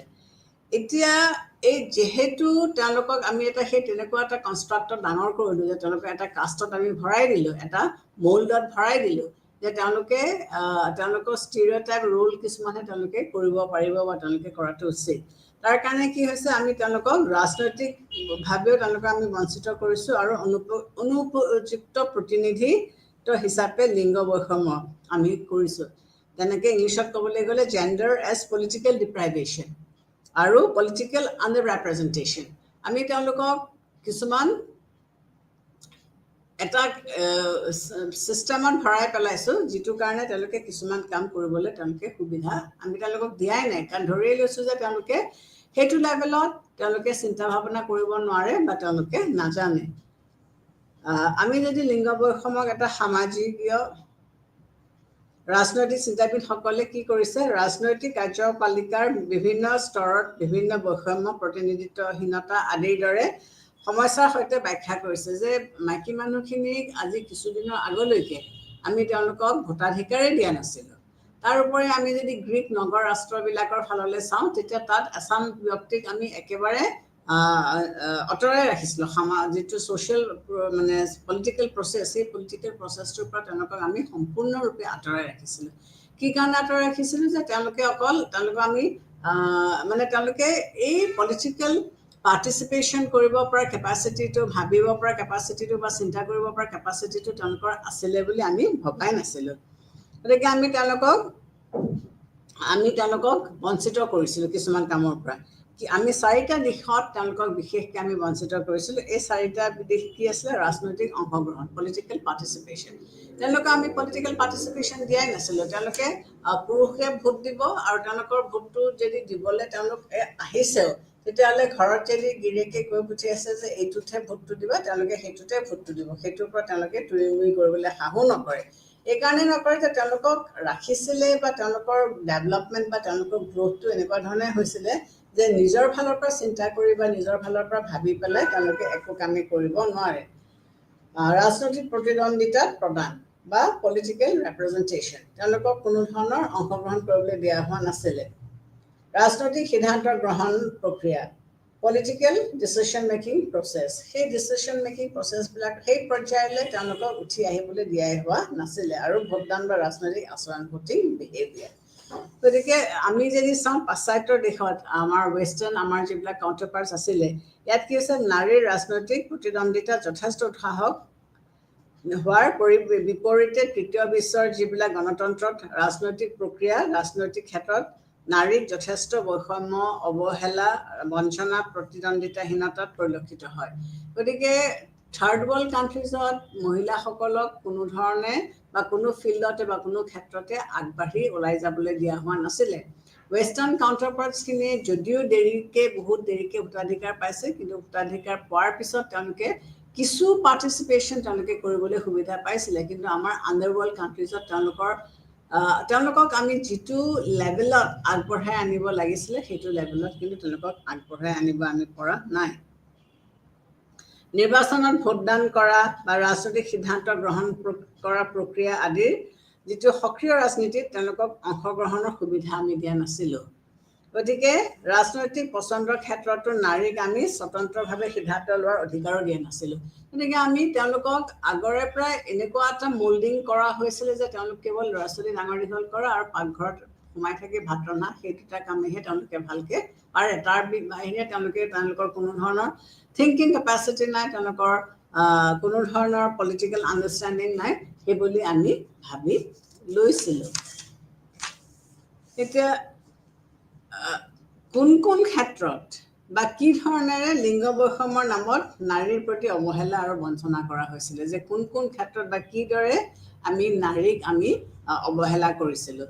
গতিকে এতিয়া কি দেখা গৈছে যে আমাৰ যিখন পুৰুষ প্ৰধান দেশ, এই পুৰুষ প্ৰধান যিখন সমাজ, এই পুৰুষ প্ৰধান সমাজত কি হৈছে,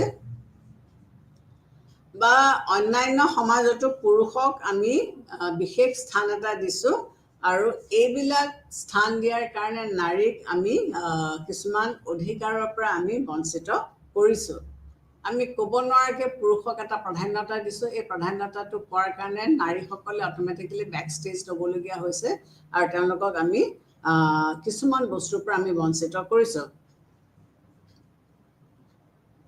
গতিকে আমি কি কি ক্ষেত্ৰত আমি পাইছোঁ, আমি তেওঁলোকক শাৰীৰিকভাৱে আৰু মানসিকভাৱে আমি তেওঁলোকক দুৰ্বল কৰি পেলাইছোঁ, আৰু এই আৰ্থিকভাৱে তেওঁলোকতো খুবেই দুৰ্বল, কাৰণ সেইটো সময়ত মাইকী মানুহে ঘৰখনৰ বাহিৰত গৈ কাম কৰাৰ কথা তেওঁলোকে কল্পনাই কৰিব পৰা নাছিলে। তেওঁলোকে কি কৰিছিলে, তেওঁলোকে কেৱল নিজৰ ঘৰখনৰ ভিতৰতে আবদ্ধ থাকি তেওঁলোকে কাম কাজ কৰি বাৰী ঘৰ চাফা চিকুণকৈ ৰাখি তেওঁলোকে তেনেকৈ চলিছিলে। যে বাহিৰলৈ গৈ পেলাই তেওঁলোকে টকা দুটা উপাৰ্জন কৰিব পাৰিব, সেইটো ভাৱধাৰাৰে তেওঁলোকক ডাঙৰ দীঘল কৰাই হোৱা নাছিলে। গতিকে তাৰ ফলত কি হৈছে, তেওঁলোকক আমি ডিপ্ৰাইভ কৰিছোঁ, আৰু এই ডিপ্ৰাইভ কৰাৰ মেইন এটা চ'ৰ্চ হৈছে পৰিয়ালটো, দ্য ফেমিলি। পৰিয়ালে কি কৰিছিলে, যেতিয়া আমাৰ বিশেষকৈ যিবিলাক মানে পেট্ৰিয়াৰ্কিকেল ফেমিলি, আমি যিটো কওঁ পিতৃতান্ত্ৰিক পৰিয়াল, এই পিতৃতান্ত্ৰিক পৰিয়ালত কি হৈছিলে, ঘৰুৱা যিবিলাক সমস্যাৰ সৃষ্টি হৈছিলে বা কিবা ডিছকাশ্যন যেতিয়া যিকোনো এটা ইছ্যু লৈ পেলাই হয়, তেতিয়া কি হয়, তেওঁলোকক কোনো ধৰণৰ সিদ্ধান্ত বা তেওঁলোকক নাৰীসকলক পাৰ্টিচিপেট কৰিবলৈ দিয়া হোৱা নাছিলে। ঘৰুৱা যিকোনো এটা সিদ্ধান্ত, সি অৰ্থনৈতিক সিদ্ধান্তই হওক বা পলিটিকেল ডিচিশ্যনেই হওক বা বিয়া বাৰু সংক্ৰান্ত লৈ পেলাই কিবা এটা ডিচিশ্যন ল'বলগীয়া যেতিয়া হয়, তেতিয়া তেওঁলোকে কি কৰিছিলে, নাৰীক ইয়াত অংশগ্ৰহণ কৰিবলৈ দিয়া হোৱা নাছিলে। পৰিয়ালৰ যিজন জ্যেষ্ঠ পুৰুষ, এই পুৰুষজনে কি কৰিছিলে, একচেটিয়াভাৱে সকলো ধৰণৰ ডিচিশ্যনছ লৈ পেলাইছিলে। পৰিয়ালটোত সেই সময়ত বিশেষকৈ বহুত আগৰ কথা আমি ৰেফাৰ কৰিছোঁ, যেতিয়া যৌথ পৰিয়াল আছিলে, জইণ্ট ফেমিলি ছিষ্টেম আছিলে, তেতিয়া সেই যৌথ ফেমিলিটোত বা জইণ্ট ফেমিলিটোত যিজন আটাইতকৈ বয়োজ্যেষ্ঠ পুৰুষ আছিলে, তেওঁৱেই গোটেই পৰিয়ালটোৰ হৈ পেলাই তেওঁ ডিচিশ্যন লৈছিলে। গতিকে ইয়াত মাইকী মানুহগৰাকীয়ে ডিচিশ্যন টেবুললৈ তেওঁ আহিবও নোৱাৰে, বা তেওঁৰ যদি কিবা সিদ্ধান্ত বা মনত কিবা ভাৱ আছিল, সেইখিনি তেওঁক প্ৰকাশ কৰিবলৈ দিয়াও হোৱা নাছিলে। শ্ৰম বিভাজন, যিটোক আমি ডিভিজন অফ লেবাৰ বুলি ইংলিছত কওঁ, পৰিয়ালত কি হৈছিলে, পুৰুষ আৰু নাৰীৰ মাজত শ্ৰম বিভাজনৰ আঁৰত লিংগ বৈষম্য আমি দেখিবলৈ পাইছিলোঁ, যে পুৰুষসকলৰ মাজত আৰু মহিলাসকলৰ মাজত কামটো মানে ডিভিজন কৰি দিয়া হৈছিলে। পুৰুষে নিজকে বাহিৰা কামত নিয়োগ কৰিব পাৰিছিলে, আৰু নাৰীয়ে পৰিয়ালৰ ভিতৰত থাকি সকলো কাম কাজ তেওঁলোকে কৰিছিলে। পৰিয়ালৰ ভিতৰত এতিয়া কাম কাজ কি থাকিব, যিহেতু স্কুললৈ নাযায়, গতিকে তেওঁলোকে ৰন্ধা বঢ়া কৰিছিলে, পৰিষ্কাৰ পৰিচ্ছন্নকৈ ঘৰ দুৱাৰ ৰাখিছিলে, সন্তানক লালন পালন দিছিলে, সন্তানক জন্ম দিছিলে। এনেকুৱা ধৰণৰ অবৈনৈতিক বা স্বীকৃতিহীন কাৰ্যত তেওঁলোকক খটুওৱা হৈছিলে। নাৰীসকলৰ অৱদান কিন্তু যদি চাবলৈ যাওঁ, সেইখিনিও বহুত, কাৰণ তেওঁলোকে ঘৰৰ কাম কাজখিনি সুকলমে কৰি দিয়াৰ কাৰণে পুৰুষজনে বাহিৰত ওলাই গৈ কাম কৰিব পাৰিছিলে, কিন্তু সেই স্বীকৃতিটো নাৰীগৰাকীক দিয়া হোৱা নাছিলে। গতিকে তেওঁ যিবিলাক কাম কৰিছিলে, চববিলাক আনপ্ৰডাক্টিভ কাম, তাত তেওঁ কোনো ধৰণৰ ৰেমুনাৰেশ্যন নাপায়। তেওঁ দিনৰ পৰা ৰাতিপুৱা শুই উঠাৰ পৰা গধূলি শোৱালৈকে তেওঁ সেই একেখিনি কামকে তেওঁ কৰি আছিল, তেওঁ দিনে ৰাতিয়ে খাটি আছিল, কিন্তু তেওঁৰ সেই কামখিনিত কোনো স্বীকৃতি দিয়া নাছিলে। আমি যদি ইকনমিক দৃষ্টিকোণৰ পৰা চাওঁ, তেতিয়াহ'লে এইবিলাকক আমি আনপেইড কাৰ্য বুলি কওঁ। আনপেইড কাৰ্য এইকাৰণে যে তেওঁতো কাম কৰিয়ে আছে, কিন্তু এই কামখিনিকে যদি তেওঁ ৰান্ধিবলৈ বাহিৰত কাৰোবাৰ ঘৰত ৰান্ধিলেহেঁতেন বা কোনোবা এখন হোটেলত ৰান্ধিলেহেঁতেন, তেতিয়াহ'লে তেওঁ পইচা পালেহেঁতেন। এতিয়া তেওঁ ঘৰৰ ভিতৰতে এইখিনি কাম ডেইলি কৰিছে, গতিকে আনপ্ৰডাক্টিভ আনপেইড কাম। গতিকে এই বস্তুটো ফেমিলিবিলাকত অট'মেটিকেলি হৈ গৈছে যে পুৰুষজনে বাহিৰত গৈ পেলাই উপাৰ্জন কৰিব, তেওঁ ধন আৰ্জিব লাগিব, তেওঁ পৰিয়ালটো চলাব লাগিব, আৰু মহিলাগৰাকী যিহেতু ঘৰত থাকে, গতিকে ঘৰত থাকি পেলাই তেওঁ সেই কাম কাজখিনি কৰিব লাগিব। স্বাস্থ্যৰ নিৰাপত্তা, হেল্থ ছিকিউৰিটি, যিবিলাক পুৰুষ প্ৰধান পৰিয়াল, এই পুৰুষ প্ৰধান পৰিয়ালত নাৰীৰ স্বাস্থ্যৰ দিশটোত প্ৰায়ে আমি কি দেখোঁ, অৱহেলা কৰা দেখোঁ। সাধাৰণতে আমাৰ পৰিয়ালবিলাকত কি হয় যে পুৰুষজনক যদি আমি ভালকৈ খুৱাই বোৱাই ল'লোঁ, তেতিয়াহ'লে সেইটোৱে বৰ ডাঙৰ কাৰ্য বা কাম আমি কৰিলোঁ। গতিকে মাইকী মানুহজনী যদি কিবা বেমাৰ আজাৰো হৈছে, তেতিয়াহ'লে তেওঁক যে ডাক্তৰৰ ওচৰলৈ নিব বা তেওঁক যে হস্পিটেললৈ নিব, এই কথাটো কোনেও নাভাবে। পৰিয়ালবিলাকত নাৰীৰ ওপৰত কি চলে, সঘনে শাৰীৰিক অত্যাচাৰ চলে বা উৎপীড়ন চলে বা হিংসা প্ৰয়োগ আদিয়ে নাৰীক শাৰীৰিকভাৱে আৰু মানসিকভাৱে খুব ক্ষতি কৰে। এতিয়া এজন মতা মানুহে যেতিয়া বাহিৰত কাম কৰিবলৈ যায়, কাম কৰা পৰিৱেশ বা কামৰ স্থলীত বা কাৰ্যস্থলীত তেওঁ কেতিয়াবা কি হ'ব পাৰে, কিবা মানে বছৰৰ লগত কিবা লাগিব পাৰে, তেওঁ খং উঠিব পাৰে বা কিবা প্ৰব্লেম হ'ব পাৰে। সেইটো কিন্তু তেওঁ ঘৰত আহি ঘৈণীয়েকৰ ওপৰতহে জাৰিব, কাৰণ তেওঁতো বছজনৰ ওপৰত একো কৰিব নোৱাৰে। গতিকে নাৰীয়ে দিনটো কাম কাজ কৰাৰ পিছত আকৌ গধূলি তেওঁ মেণ্টেলি প্ৰিপেয়াৰ্ড হৈ থাকিব লাগিব যে গিৰিয়েকৰ যদি খং উঠি আহে বা গিৰিয়েকৰ যদি কিবা এটা অসুবিধা হৈছে, তেতিয়াহ'লে সেই চৰ থাপৰটো তেওঁৰ ভাগ্যতে লিখা আছে। সেইটো তেওঁ কাকো কমপ্লেইনো কৰিব নোৱাৰে, তেওঁ মাক দেউতাকৰ ওচৰলৈতো তেওঁ যাবই নোৱাৰে, আৰু ঘৰত থকা অন্য মানুহকো ক'ব নোৱাৰে, কাৰণ সমাজে আমাক ছিষ্টেমটো এনেকুৱাকৈ কনষ্ট্ৰাক্ট কৰা হৈছে যে পুৰুষে মাৰিবই, আৰু সেইটো সৰুৰে পৰাই নাৰীৰ মগজত সোমোৱাই দিয়া হৈছে। যদিও সেইটোৰ এতিয়া চেঞ্জ বা এটা পৰিৱৰ্তন আহিছে, কিন্তু এইটো ছিষ্টেমে আমাৰ মানে এটা সময়ত সমাজত বিৰাজমান হৈ আছিলে। গতিকে নাৰীসকলে স্বাস্থ্যগত নিৰাপত্তাও আৰু অধিকাৰৰ ক্ষেত্ৰত পুৰুষৰ সৈতে সমান অধিকাৰ পোৱা নাছিলে। গতিকে এগৰাকী নাৰীৰ যদি খুব অসুখ বিসুখ হয় বা বেমাৰ আজাৰ হয়, তেওঁক ডাক্তৰৰ ওচৰলৈ নিনিয়ে।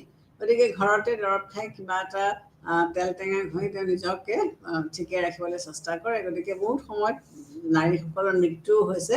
এইবিলাক চব মানে ভাগ্যত লিখা আছিল বুলি ধৰি লৈ পেলাই তেওঁলোকে এইবিলাক কাম কৰিছিলে। গতিকে আমি যিটো নাৰীসকলে যিটো প্ৰটেকশ্যন বা নাৰীসকলে যিটো ছিকিউৰিটি পাব লাগিছিলে, সেইটো তেওঁলোকে পোৱা নাছিলে। ভূমিকা আৰু দায়িত্ব, ৰোল এণ্ড ৰেছপনচিবিলিটি।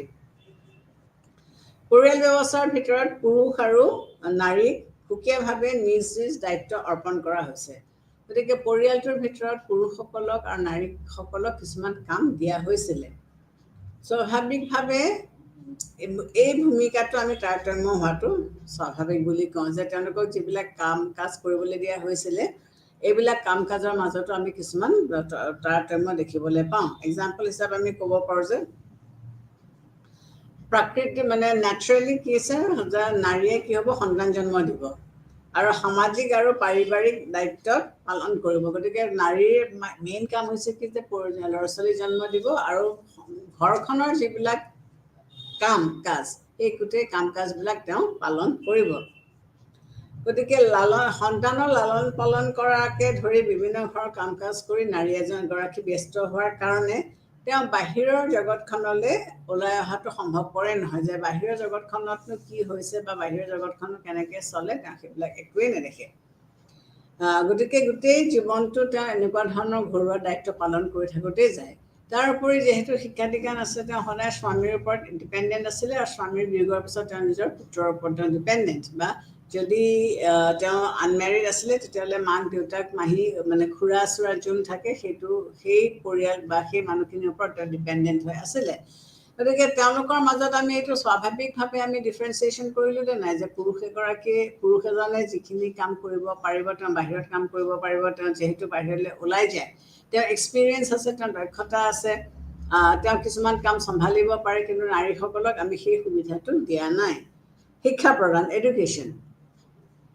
আমি যদি প্ৰাচীন পৰিয়াল ব্যৱস্থাসমূহক চাওঁ, তেতিয়াহ'লে আমি কি দেখিম যে মহিলাক দীক্ষা লাভৰ পৰা বঞ্চিত কৰা হৈছিলে। যদি আমি আগৰ পৰিয়ালবিলাক চাওঁ, তেতিয়াহ'লে কি দেখিম, এতিয়া মোদীৰ দিনত আমাৰ নতুন কনচেপ্ট আহিছে বেটি পঢ়াও বেটি বাচাও, কিন্তু তেতিয়া বেটিক স্কুললৈ মাইকী মানুহ স্কুললৈ নপঠিয়াইছিলে, তেওঁক পঢ়া শুনা কৰিবলৈ দিয়া হোৱা নাছিলে। দৰিদ্ৰ পৰিয়ালে উপায়হীনভাৱে কন্যা শিশুৰ পৰিৱৰ্তে ল'ৰা শিশুক দীক্ষাত লাভ কৰাৰ ক্ষেত্ৰত অগ্ৰাধিকাৰ দিছিলে, শিক্ষা দীক্ষা লাভ কৰাৰ ক্ষেত্ৰত অগ্ৰাধিকাৰ দিছিলে। মই অলপ দেৰি আগতে তোমালোকক কৈছিলোঁ যে যদি পৰিয়ালটোত 2-3জন ল'ৰা ছোৱালী আছে তেতিয়াহ'লে ছোৱালীকেইজনীক পঢ়িবলৈ নিদিয়ে, ল'ৰাটোকে পঢ়িবলৈ ব্যৱস্থা কৰি দিব। আনহাতে ব্যয়বহুল হোৱাৰ বাবে ছোৱালীৰ শিক্ষাৰ আধাৰত সমাপ্ত কৰি দিয়াৰ বিপৰীতে ল'ৰাক শিক্ষা লাভৰ সম্পূৰ্ণ সুবিধা দিছিলে। গতিকে ল'ৰা এজনক সম্পূৰ্ণৰূপে শিক্ষা দীক্ষা লাভ কৰিবলৈ সুবিধা দিয়া হৈছিলে আৰু ছোৱালী এজনীক আধাতে তেওঁৰ শিক্ষা দীক্ষা বন্ধ কৰি দিয়া হৈছিলে। আৰু এই যে তেওঁক শিক্ষা দীক্ষা দিয়াৰ পৰা বঞ্চিত কৰা হ'ল, এইটোৰে মূল ধাৰণা হ'ল যে লিংগ বৈষম্য। গতিকে আমি নাৰী বুলি তেওঁক আমি কিয় বঞ্চিত কৰিলোঁ?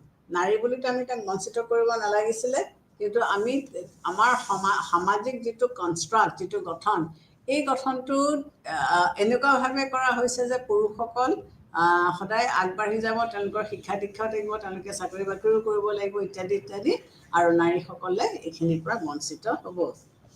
সম্পত্তি হস্তান্তৰ ক্ষেত্ৰতো প্ৰপাৰ্টি ট্ৰান্সফাৰৰ ক্ষেত্ৰত কি হৈছে যে আমাৰ যিবিলাক পুৰুষ প্ৰধান সমাজ ব্যৱস্থা আছিলে, এই পুৰুষ প্ৰধান সমাজ ব্যৱস্থাত কি হৈছে, সম্পত্তিৰ উত্তৰাধিকাৰী হিচাপে অকল পুৰুষেহে পাইছিলে। আইনগতভাৱে মহিলাক অধিকাৰ দিয়া হৈছিল পিছলৈ, একদম আৰম্ভণিতে। যেতিয়া আমি যদি ভাৰতবৰ্ষৰ ক্ষেত্ৰত চাওঁ, বহুত পিছত প্ৰপাৰ্টি এক্টখন চেঞ্জ কৰা হৈছিলে আৰু মহিলাকো পৈতৃক সম্পত্তিৰ ভাগ দিয়া হৈছে। কিন্তু তাৰ আগলৈকে সম্পত্তি অট'মেটিকেলি বাপেকৰ পিছত পুতেকলৈ যাব, এনেকৈ বস্তুটো চলি আহিছিলে। গতিকে এই বঞ্চনাৰ মূল কাৰণ হ'ল লিংগ বৈষম্য, আৰু এইটো কাৰণে আমি কওঁ যে জেণ্ডাৰ ডিছক্ৰিমিনেশ্যন হৈছে। গতিকে মহিলাসকলক সম্পত্তিৰ পৰাও বঞ্চিত কৰা হৈছে। গতিকে এগৰাকী নাৰীৰ শিক্ষা দীক্ষাও নাই, গিৰিয়েক যদি নথকা অৱস্থা হয়, গতিকে তেওঁ বৃদ্ধকালত কি হ'ব, তেওঁ অৰ্থনৈতিকভাৱে দিশাহাৰা হ'বলগীয়া হয়। গতিকে নাৰী এগৰাকীৰ শিক্ষা দীক্ষাও নাই, তেওঁ চাকৰি বাকৰিও নাই, তেওঁ উপাৰ্জন কৰিব পৰা কেপাচিটিও নাই। গতিকে গিৰিয়েকে যদি কিবা অকণমান সন্মান থৈ নাযায়, গতিকে তেতিয়া জীৱনৰ শেষ ভাগত তেওঁ যথেষ্ট আৰ্থিক সংকটৰ তেওঁ সন্মুখীন হ'বলগীয়া হয়। নিউট্ৰিশ্যনেল ডিপ্ৰাইভেশ্যন বা পুষ্টিকৰ পৰা তেওঁ বঞ্চিত কৰা হয়। যেতিয়া পৰিয়ালত খাদ্য বিতৰণ কৰা হয়, তেতিয়া আমি কি দেখিবলৈ পাওঁ যে মহিলাসকলক বা ছোৱালীসকলক পিছত খাবলৈ দিয়ে, আগতে পুৰুষসকলে খাই লয়। যদি পৰিয়ালটোৰ অৱস্থা পাতি ইমান ভাল নহয়, বা সেই সময়ত বেছিভাগ পৰিয়ালতে কি হয়, পুৰুষসকলে আগতে খাই বৈ উঠি যায়। ঘৰত থকা মাইকী মানুহখিনি যোনে দিনটো কাম বন কৰি সমানেই আছে, তেওঁলোকে বাহিৰত যোৱা নাই ঠিকেই, তেওঁলোকে টকা এটা উপাৰ্জন কৰি অনা নাই ঠিকেই, কিন্তু তেওঁলোকেতো কাম কাজেই কৰি আছে। গতিকে তেওঁলোকে ভালকৈ খাবলৈ পাইছেনে নাই, বা তেওঁলোকক খাবলৈ দিয়া হৈছেনে নাই, সেইটো নাচায়, বৰং নিদিয়েহে। ছোৱালীক বহুত বস্তু খাবলৈ নিদিয়ে। আৰু পুৰুষ আৰু পৰিয়ালৰ অন্যান্য লোকক খুৱাই বোৱাই শেষতহে নাৰীয়ে নিজে অংশগ্ৰহণ কৰিব পাৰিব। আৰু গতিকে লাষ্টলৈ কি হয়, কেতিয়াবা খোৱা নাথাকিবও পাৰে। গতিকে লিংগ বৈষম্যৰ বাবে কন্যা পুষ্টিহীনতাত ভোগাটো আমি দেখিবলৈ পাওঁ। বহুত সময়ত কি হয়, যিহেতু ভাল বস্তুখিনি পুৰুষসকলে খায়ে পেলালে, মহিলালৈ একো নাথাকিলে, গতিকে ছোৱালী শিশুৱে বহুত সময়ত পুষ্টিহীনতাটো দেখিবলৈ আমি পাওঁ, যে তেওঁলোকে পুষ্টিকৰ খাদ্য খাবলৈ পোৱা নাই, তেওঁলোকৰ গাত ধৰা বিভিন্ন ধৰণৰ বেমাৰ আজাৰ হৈছে, তেওঁলোকৰ ভিটামিন ডি কমিছে, ভিটামিন চি কমিছে, এনেকুৱা ধৰণৰ বহুত ধৰণৰ কথা আহি পৰে। তাৰপিছতে সামাজিক ক্ষেত্ৰত লিংগ বৈষম্যৰ মঞ্চনা, য'ত ছ'চিয়েল এছপেক্টটোত আমি কেনেকৈ ডিফাৰেঞ্চিয়েট কৰিছোঁ। এই ক্ষেত্ৰত আমি কি দেখিবলৈ পাইছোঁ, যে সমাজ ব্যৱস্থাত বিভিন্ন স্তৰত লিংগ বৈষম্য অজুহাতত নাৰীক আমি কি কৰিছোঁ, সামাজিকভাৱে অৱহেলা কৰিছোঁ। যে লিংগ বৈষম্যৰ অজুহাত দেখুৱাই পেলাই আমি এগৰাকী নাৰীক বহুতো কি কৰিছোঁ, অৱহেলা কৰিছোঁ। সামাজিকৰণৰ যিটো প্ৰক্ৰিয়া মই আগতেও কৈছোঁ, এই প্ৰক্ৰিয়াৰ যোগেদি লিংগ বৈষম্য আৰু ব্যৱধানৰ মূল্যবোধক সামাজিকভাৱে অনুমোদিত কৰি সামাজিক বৈধতা আদায় কৰা হয়। জাত পাত শ্ৰেণী আদিৰ ধাৰণাৰ বাবে বৈষম্য বৃদ্ধি পাইছে। এই বৈষম্যবিলাক কিহৰ কাৰণে বৃদ্ধি পাইছে, যে জাত পাত ইত্যাদিক লৈ পেলাই এই বৈষম্যবিলাকৰ বৃদ্ধি হৈছে। একেটা সম্প্ৰদায়ৰ বেলেগ বেলেগ নাৰীৰ সদস্যৰ মাজত দৈহিক আৰু সাংস্কৃতিক দূৰত্ব বৃদ্ধি পাইছে। গতিকে একেখন আমি কি দেখিছোঁ, সম্প্ৰদায়ৰে বেলেগ বেলেগ নাৰী সদস্যৰ মাজত দৈহিক আৰু সাংস্কৃতিগত দূৰত্ব আমি বৃদ্ধি পোৱা দেখিবলৈ পাইছোঁ। সামাজিক পৰস্পৰৰ দোহাই দি মহিলাৰ ওপৰত বহুতো কঠোৰ নিয়ম বলবৎ কৰা হৈছে। সামাজিক পৰম্পৰা, আমি এতিয়া মহিলাসকলক আমি কেনেকৈ বান্ধিম, সেই বান্ধিবৰ কাৰণে আমি কিছুমান সামাজিক পৰম্পৰা যিবিলাক যুগ যুগ ধৰি চলি আছে, আমি যদি এতিয়া তাক চাইণ্টিফিকেলি বিশ্লেষণ কৰি চাম, তেতিয়া কি দেখিম যে ইয়াত কোনো ধৰণৰ চাইণ্টিফিক হেৰিয়ে নাই, লজিকে নাই, কিন্তু এইবিলাক যুগ যুগ ধৰি মানি আহিছে, আৰু যাৰ ফলত যাৰ কিছুমান নিয়ম বা নীতি নিয়মে নাৰীসকলক মাজত লিংগ বৈষম্যৰ সৃষ্টি কৰিছে। এনেদৰে আমি ধৰ্মীয় কাম কাজ আৰু অনুষ্ঠানৰ পৰিচালনা কৰাৰ ক্ষেত্ৰত মহিলাসকলক বাদ দিয়াৰ মূল কাৰণ হ'ল লিংগ বৈষম্য। গতিকে বিভিন্ন ধৰ্মীয় কাৰ্যত মহিলাসকলক ভাগ ল'বলৈ দিয়া নহয়। আমি যদি কিছুমান আমাৰ ব্যৱস্থা বা কিছুমান আমাৰ কাৰ্যকলাপ এনেকুৱা আছে যে ধৰ্মীয় কাৰ্যকলাপত মহিলাসকলক আমি আগভাগ ল'বলৈ আমি নিদিওঁ। ৰাজনৈতিক ক্ষেত্ৰত, পলিটিকেল ক্ষেত্ৰত আমি কেনেকুৱা ধৰণৰ বৈষম্যবিলাক আনিছোঁ। এটা হৈছে ৰাজনৈতিক অংশগ্ৰহণ, পলিটিকেল, ইংলিছত যিটো কয় পলিটিকেল পাৰ্টিচিপেশ্যন। চৰকাৰ গঠন আৰু নীতি নিৰ্ধাৰণৰ লগতে জড়িত হ'ব পৰা সকলো কাৰ্যক ৰাজনৈতিক অংশগ্ৰহণে সামৰি লয়। গতিকে ৰাজনৈতিক অংশগ্ৰহণৰ ভিতৰত কি পৰে? চৰকাৰ গঠন কৰা আৰু নীতি নিৰ্ধাৰণৰ লগতে জড়িত হ'ব পৰা সকলো কাৰ্য, যে চৰকাৰ গঠন আৰু নীতি নিৰ্ধাৰণ কৰা কাৰ্যকলাপক ৰাজনৈতিক প্ৰক্ৰিয়াৰ মাজত সামৰি লোৱা হৈছে। নিৰ্বাচনত ভোটদান কৰা, যেতিয়া নিৰ্বাচন হ'ব তাত ভোটদান কৰিব পাৰিব লাগিব। ৰাজনৈতিক দলত যোগদান কৰি দলৰ হৈ প্ৰচাৰ কাৰ্য চলোৱা, নিৰ্বাচনত ভোটদান কৰা বা ৰাজনৈতিক দলত অংশগ্ৰহণ কৰি পেলাই প্ৰচাৰ কাৰ্য চলোৱা বা নিৰ্বাচিত প্ৰতিদ্বন্দ্বিতা কৰা ইত্যাদি কাৰ্যক নাৰীয়ে পুৰুষৰ সৈতে সমান অগ্ৰাধিকাৰ পোৱা নাই বুলি কোৱা হয়। আৰু এইদৰে আমি পুৰুষ আৰু মহিলাৰ মাজত আমি বঞ্চনা কৰিছোঁ বা তেওঁলোকক আমি ডিপ্ৰাইভ কৰিছোঁ। গতিকে তেওঁলোকৰ মানসিকতাকো আমি হাৰ্ট কৰিছোঁ বা তেওঁলোকৰ যিটো পাবলগীয়া প্ৰাপ্য, এই পাবলগীয়া প্ৰাপ্যটোৰ পৰা আমি তেওঁলোকক বঞ্চিত কৰিছোঁ। ৰাজনৈতিক কাৰ্যকলাপত অংশগ্ৰহণ কৰাৰ বিপৰীতে নাৰীক দুৰ্বল হিচাপে বিবেচনা কৰি আমি কি কৰিছোঁ? পৰিয়ালৰ দৈনন্দিন কাম কাজতহে আমি আবদ্ধ ৰাখিছোঁ আৰু সেই পৰামৰ্শ আমি তেওঁলোকলৈ আগবঢ়াইছোঁ। আমি মানসিকভাৱে ধৰি লৈছোঁ যে নাৰীসকল দুৰ্বল বা নাৰীসকলে কিছুমান কাম কৰিব নোৱাৰিব। গতিকে তেওঁলোকক আমি আগলৈ ওলাই আহিবলৈ নিদি পেলাই ঘৰুৱা কাম কাজৰ ভিতৰতে আমি তেওঁলোকক আবদ্ধ কৰি ৰাখি দিছোঁ। ৰাজনৈতিক প্ৰতিদ্বন্দ্বিতা, পলিটিকেল ৰেপ্ৰেজেণ্টেশ্যন। ৰাজনৈতিক প্ৰতিদ্বন্দ্বিতা কেনেকুৱা? জনসাধাৰণৰ দ্বাৰা নিৰ্বাচিত বিধানমণ্ডল, সংসদ আদি মহিলাৰ সংখ্যা যথেষ্ট কম। গতিকে এই ক্ষেত্ৰত নিৰ্বাচনত মহিলাক প্ৰতিদ্বন্দ্বিতা কৰাৰ সুযোগ আমি দিয়া নাই। চ' পলিটিকেল ৰেপ্ৰেজেণ্টেশ্যনৰ ক্ষেত্ৰতো আমি কি কৰিব পৰা নাই? মহিলাক আমি সমানে আগবঢ়াই আমি নিব পৰা নাই, আমি তেওঁলোকক সমানে পাৰ্টিচিপেট কৰিবলৈ দিব পৰা নাই।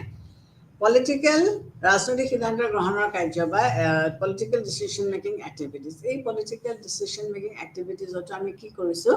মহিলাসকলক আমি সমানে সুযোগ সুবিধা আমি দিব পৰা নাই।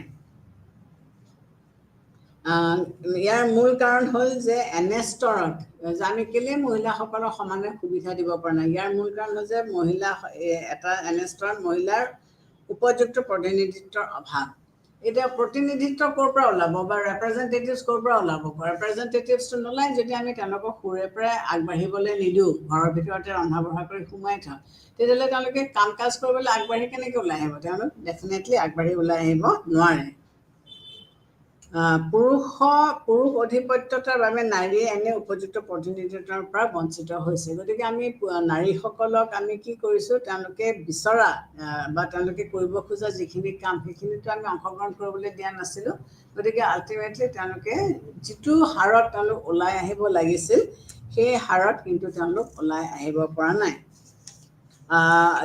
আনকি আমি আৰু এটা কথা এইখিনিতে উপলব্ধি কৰিছোঁ যে ভোটদানৰ দৰে ৰাজনৈতিক সিদ্ধান্ত আৰু পচন্দ সাব্যস্ত কৰাৰ ক্ষেত্ৰতো নাৰীৰ ওপৰত পুৰুষে আধিপত্যতা চলাইছে। যে আমি যিকোনো এটা ৰাজনৈতিক সিদ্ধান্ত যদি আমি ল'বলৈ বিচাৰিছোঁ বা আমি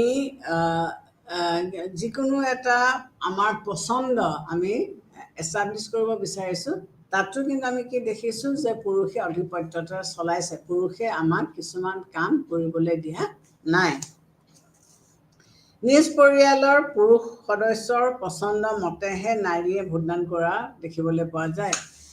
এইটোৰ এটা কাৰণ আছে, এইটোৰ এটা কাৰণ হৈছে কি যে নাৰীসকলকতো আমি সিমানখিনি আগবাঢ়ি ওলাই আহিবলৈ আমি দিয়া নাই, তেওঁলোকে আমি শিক্ষা দীক্ষাও সিমানখিনি আমি দিয়া নাই। গতিকে তেওঁলোকে যেতিয়া ভোটদান কৰিব তেতিয়া কাক কৰিব সেইটো তেওঁলোকে নিজেই ডিচিশ্যনটো ল'ব নোৱাৰে। গতিকে গিৰিয়েকে তেওঁলোকক শিকাই বুজাই ঘৰৰ পৰা পঠিয়াই যে এইখন লিষ্ট মতে তোমালোকে এইকেইজন মানুহকে ভোটদান দিবা বা কৰিবা, অন্যক তোমালোকে নিদিবা।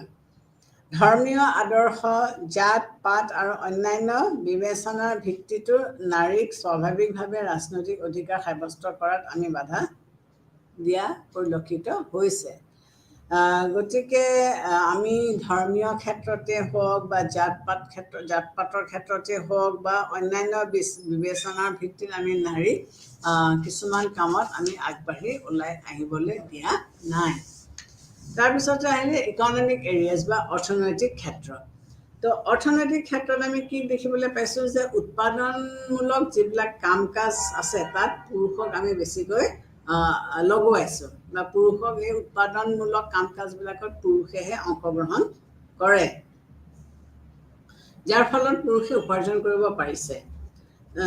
চাকৰিজীৱী বা কৰ্মক্ষেত্ৰত পুৰুষ আৰু অধিক জড়িত হোৱাৰ বাবে নাৰীতকৈ পুৰুষৰ উপাৰ্জন বেছি।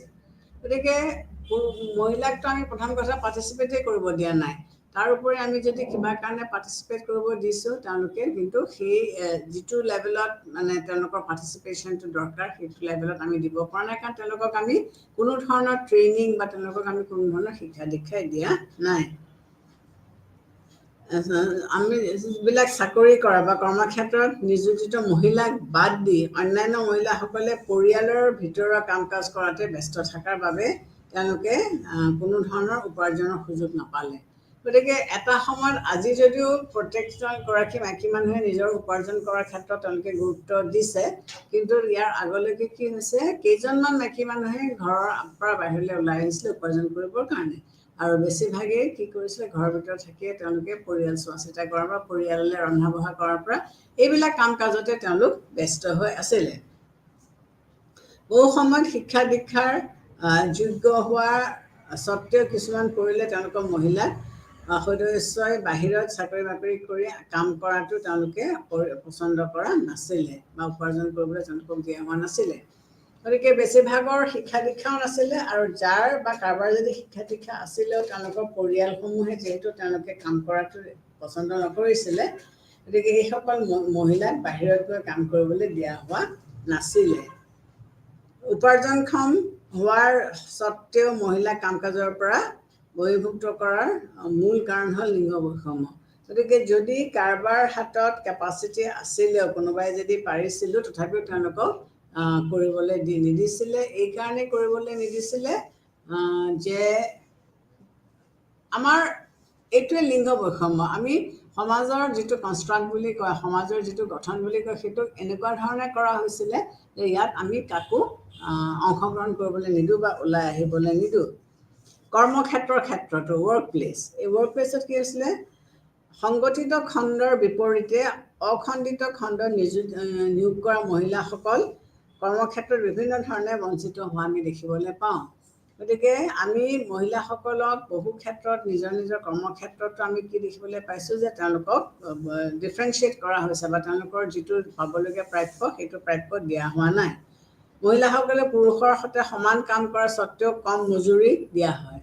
গতিকে আমি ভাৰতবৰ্ষৰ ক্ষেত্ৰতো চালেও দেখিম যে পিছত আমাৰ যিবিলাক ছ'চিয়েল প্ৰিন্সিপালছ, আমাৰ যিবিলাক ডিৰেক্টিভ প্ৰিন্সিপালছ অফ ষ্টেট পলিচি আছিলে, সেই ডিৰেক্টিভ প্ৰিন্সিপালছ অফ ষ্টেট পলিচিৰ মাধ্যমেৰে আমি কি কৰিবলৈ চেষ্টা কৰিছিলোঁ যে যিকোনো এটা কামৰ কাৰণে পুৰুষ আৰু মহিলাৰ দৰমহাৰ মাজত আমি কোনো ধৰণৰ ডিফাৰেঞ্চিয়েট কৰিব নালাগিব যদি তেওঁলোকৰ একে শিক্ষাগত অৰ্হতা আছে আৰু একেধৰণৰ তেওঁলোকে চাকৰি কৰে।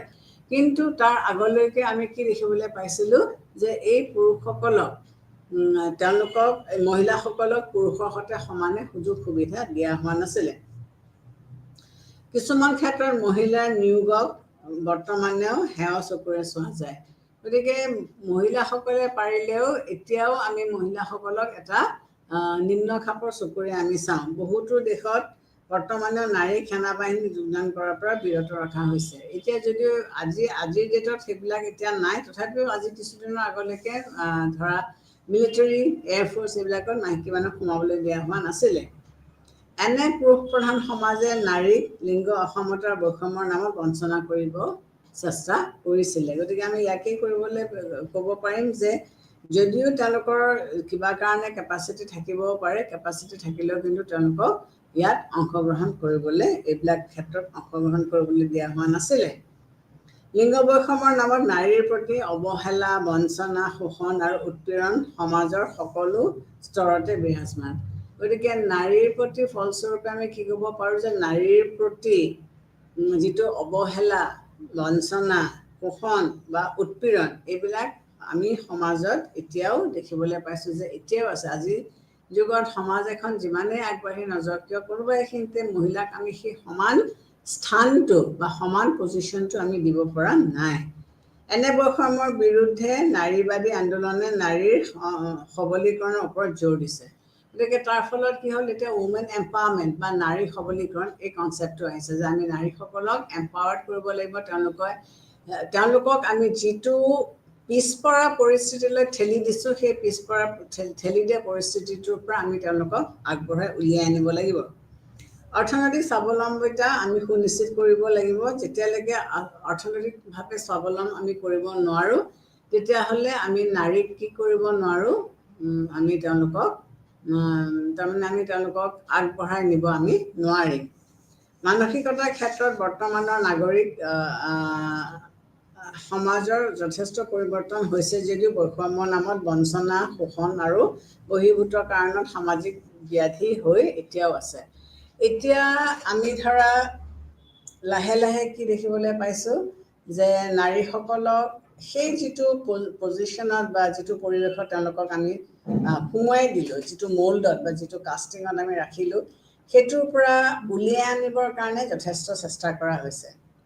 তেওঁলোকক আমি উলিয়াই আনিবৰ কাৰণে চেষ্টা কৰিছোঁ, তেওঁলোকক শিক্ষা দীক্ষা দিছোঁ। কিন্তু এতিয়াও যিটো হাৰত নাৰীসকল আগবাঢ়ি ওলাই আহিব লাগিছিল, এতিয়াও কিন্তু সেইটো হাৰত তেওঁলোক ওলাই অহা নাই বা তেওঁলোকক উলিয়াই আনিব আমি পৰা নাই। এতিয়া আমি চাম পেট্ৰিয়াৰ্কি বা পুৰুষতান্ত্ৰিক এখন সমাজ। পুৰুষতান্ত্ৰিক এখন সমাজ, অলৰেডি বৈষম্যৰ বিষয়ে আমি কথা পাতিলোঁ। এই পুৰুষতান্ত্ৰিক সমাজত আমি জেণ্ডাৰ ইনইকুৱেলিটিটো কেনেকৈ আহিছে, লিংগ অসমতাটো কেনেকৈ আহিছে বা কোন দিশত আহিছে, যেতিয়া এইটো আমি চমু এটা বিশ্লেষণ কৰি চাম, যিহেতু আমাৰ হাতত বেছি সময় নাই। আমাৰ সমাজত কি হৈছে, আমি পেট্ৰিয়াৰ্কি বা আমাৰ যিটো পুৰুষতান্ত্ৰিক সমাজ, এইটো আমাৰ সমাজত অতীজৰে পৰা চলি আহিছে। ইয়াত কোনো ডাউট নাই যে আমাৰ সমাজখন, আমি যদি অকল ভাৰতীয় সমাজ বুলি নহয়, পৃথিৱীৰ বহুত সমাজতে কি হৈছে, পুৰুষ প্ৰধান সমাজে আমি দেখিবলৈ পাওঁ। আৰু এইটোৱে কি কৰিছে, সমাজত পুৰুষ আৰু নাৰীৰ মাজত এটা ব্যৱধান বা এটা গেপৰ সৃষ্টি কৰিছে। এতিয়া এই ক্ষেত্ৰত পেট্ৰিয়াৰ্কিকেল ছিষ্টেমত আমি কিছুমান থিয়ৰিজ আমি পাওঁ। এটা হৈছে কি যে আমাৰ যিটো পুৰণা বা ট্ৰেডিশ্যনেল থিয়ৰী, এটা আমি যিটো ৰেডিকেল থিয়ৰী বুলি কওঁ, ফেমিনিষ্ট থিয়ৰী, আৰু এটা হৈছে কি ছ'চিয়েলিষ্ট ভিউ। ছ'চিয়েলিষ্ট ভিউটোৱে কি কৈছে, যিটো ট্ৰেডিশ্যনেল ভিউ, সেই ট্ৰেডিশ্যনেল ভিউটোৱে কি কৈছে যে আমাৰ যিটো শাৰীৰিক গঠন, এই শাৰীৰিক গঠনটোৱে কি কৰিছে, মানুহৰ পুৰুষ আৰু মহিলাৰ মাজত এটা বিভাজন বা এটা ডিফাৰেঞ্চিয়েশ্যন সৃষ্টি কৰিছে। গতিকে মাইকী মানুহৰ, মতা মানুহৰ শাৰীৰিক গঠনটোৰ কাৰণে তেওঁলোকক যিবিলাক কাম কাজবোৰ দিয়া হৈছে, এই কাম কাজবিলাকৰ মাজত আমি কিছুমান পাৰ্থক্য আমি দেখিবলৈ পাওঁ।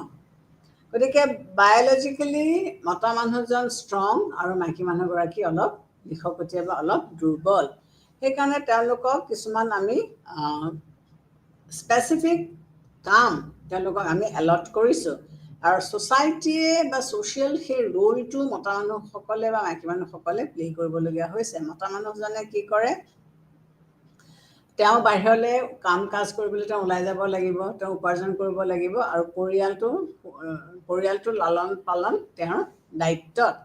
আৰু মাইকী মানুহগৰাকীৰ সৰুৰে পৰা শিকোৱা হৈছে কি যে তেওঁ বিয়া বাৰু কৰাই, তেওঁ ঘৰ সংসাৰ কৰি, তেওঁ ল'ৰা ছোৱালী জন্ম দি পেলাই তেওঁ সেইখিনি পৰিয়ালটো চাই দিয়াটোৱে হৈছে তেওঁৰ মূল কাম।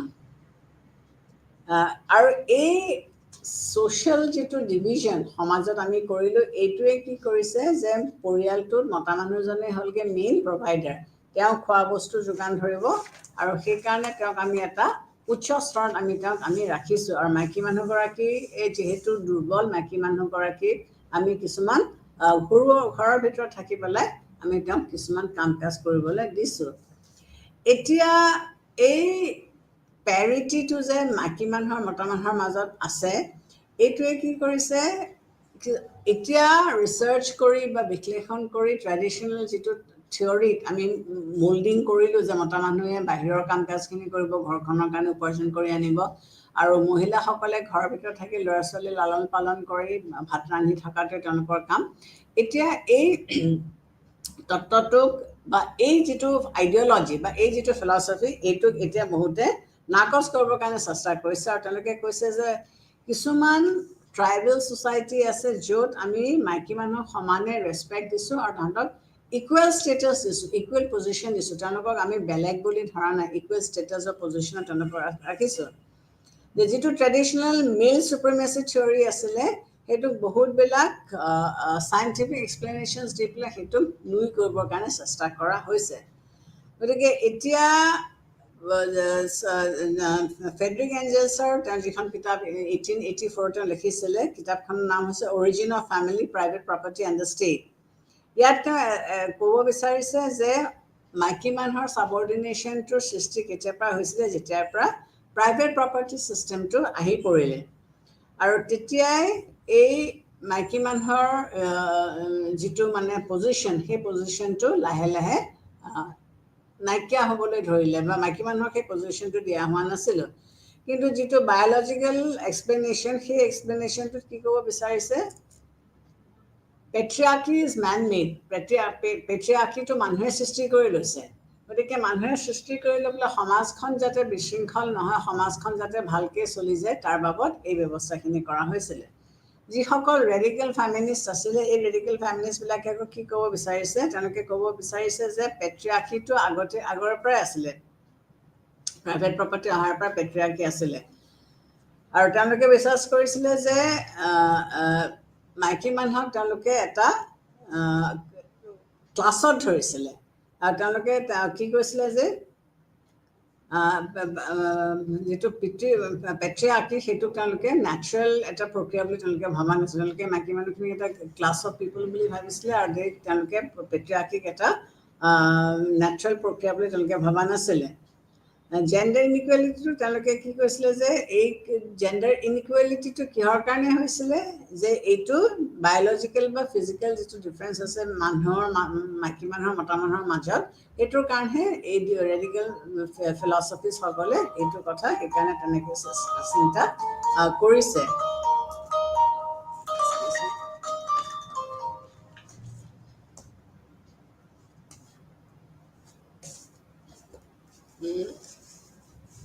তাৰপিছতে আহিলে ছ'চিয়েলিষ্টিক ভিউ পইণ্ট।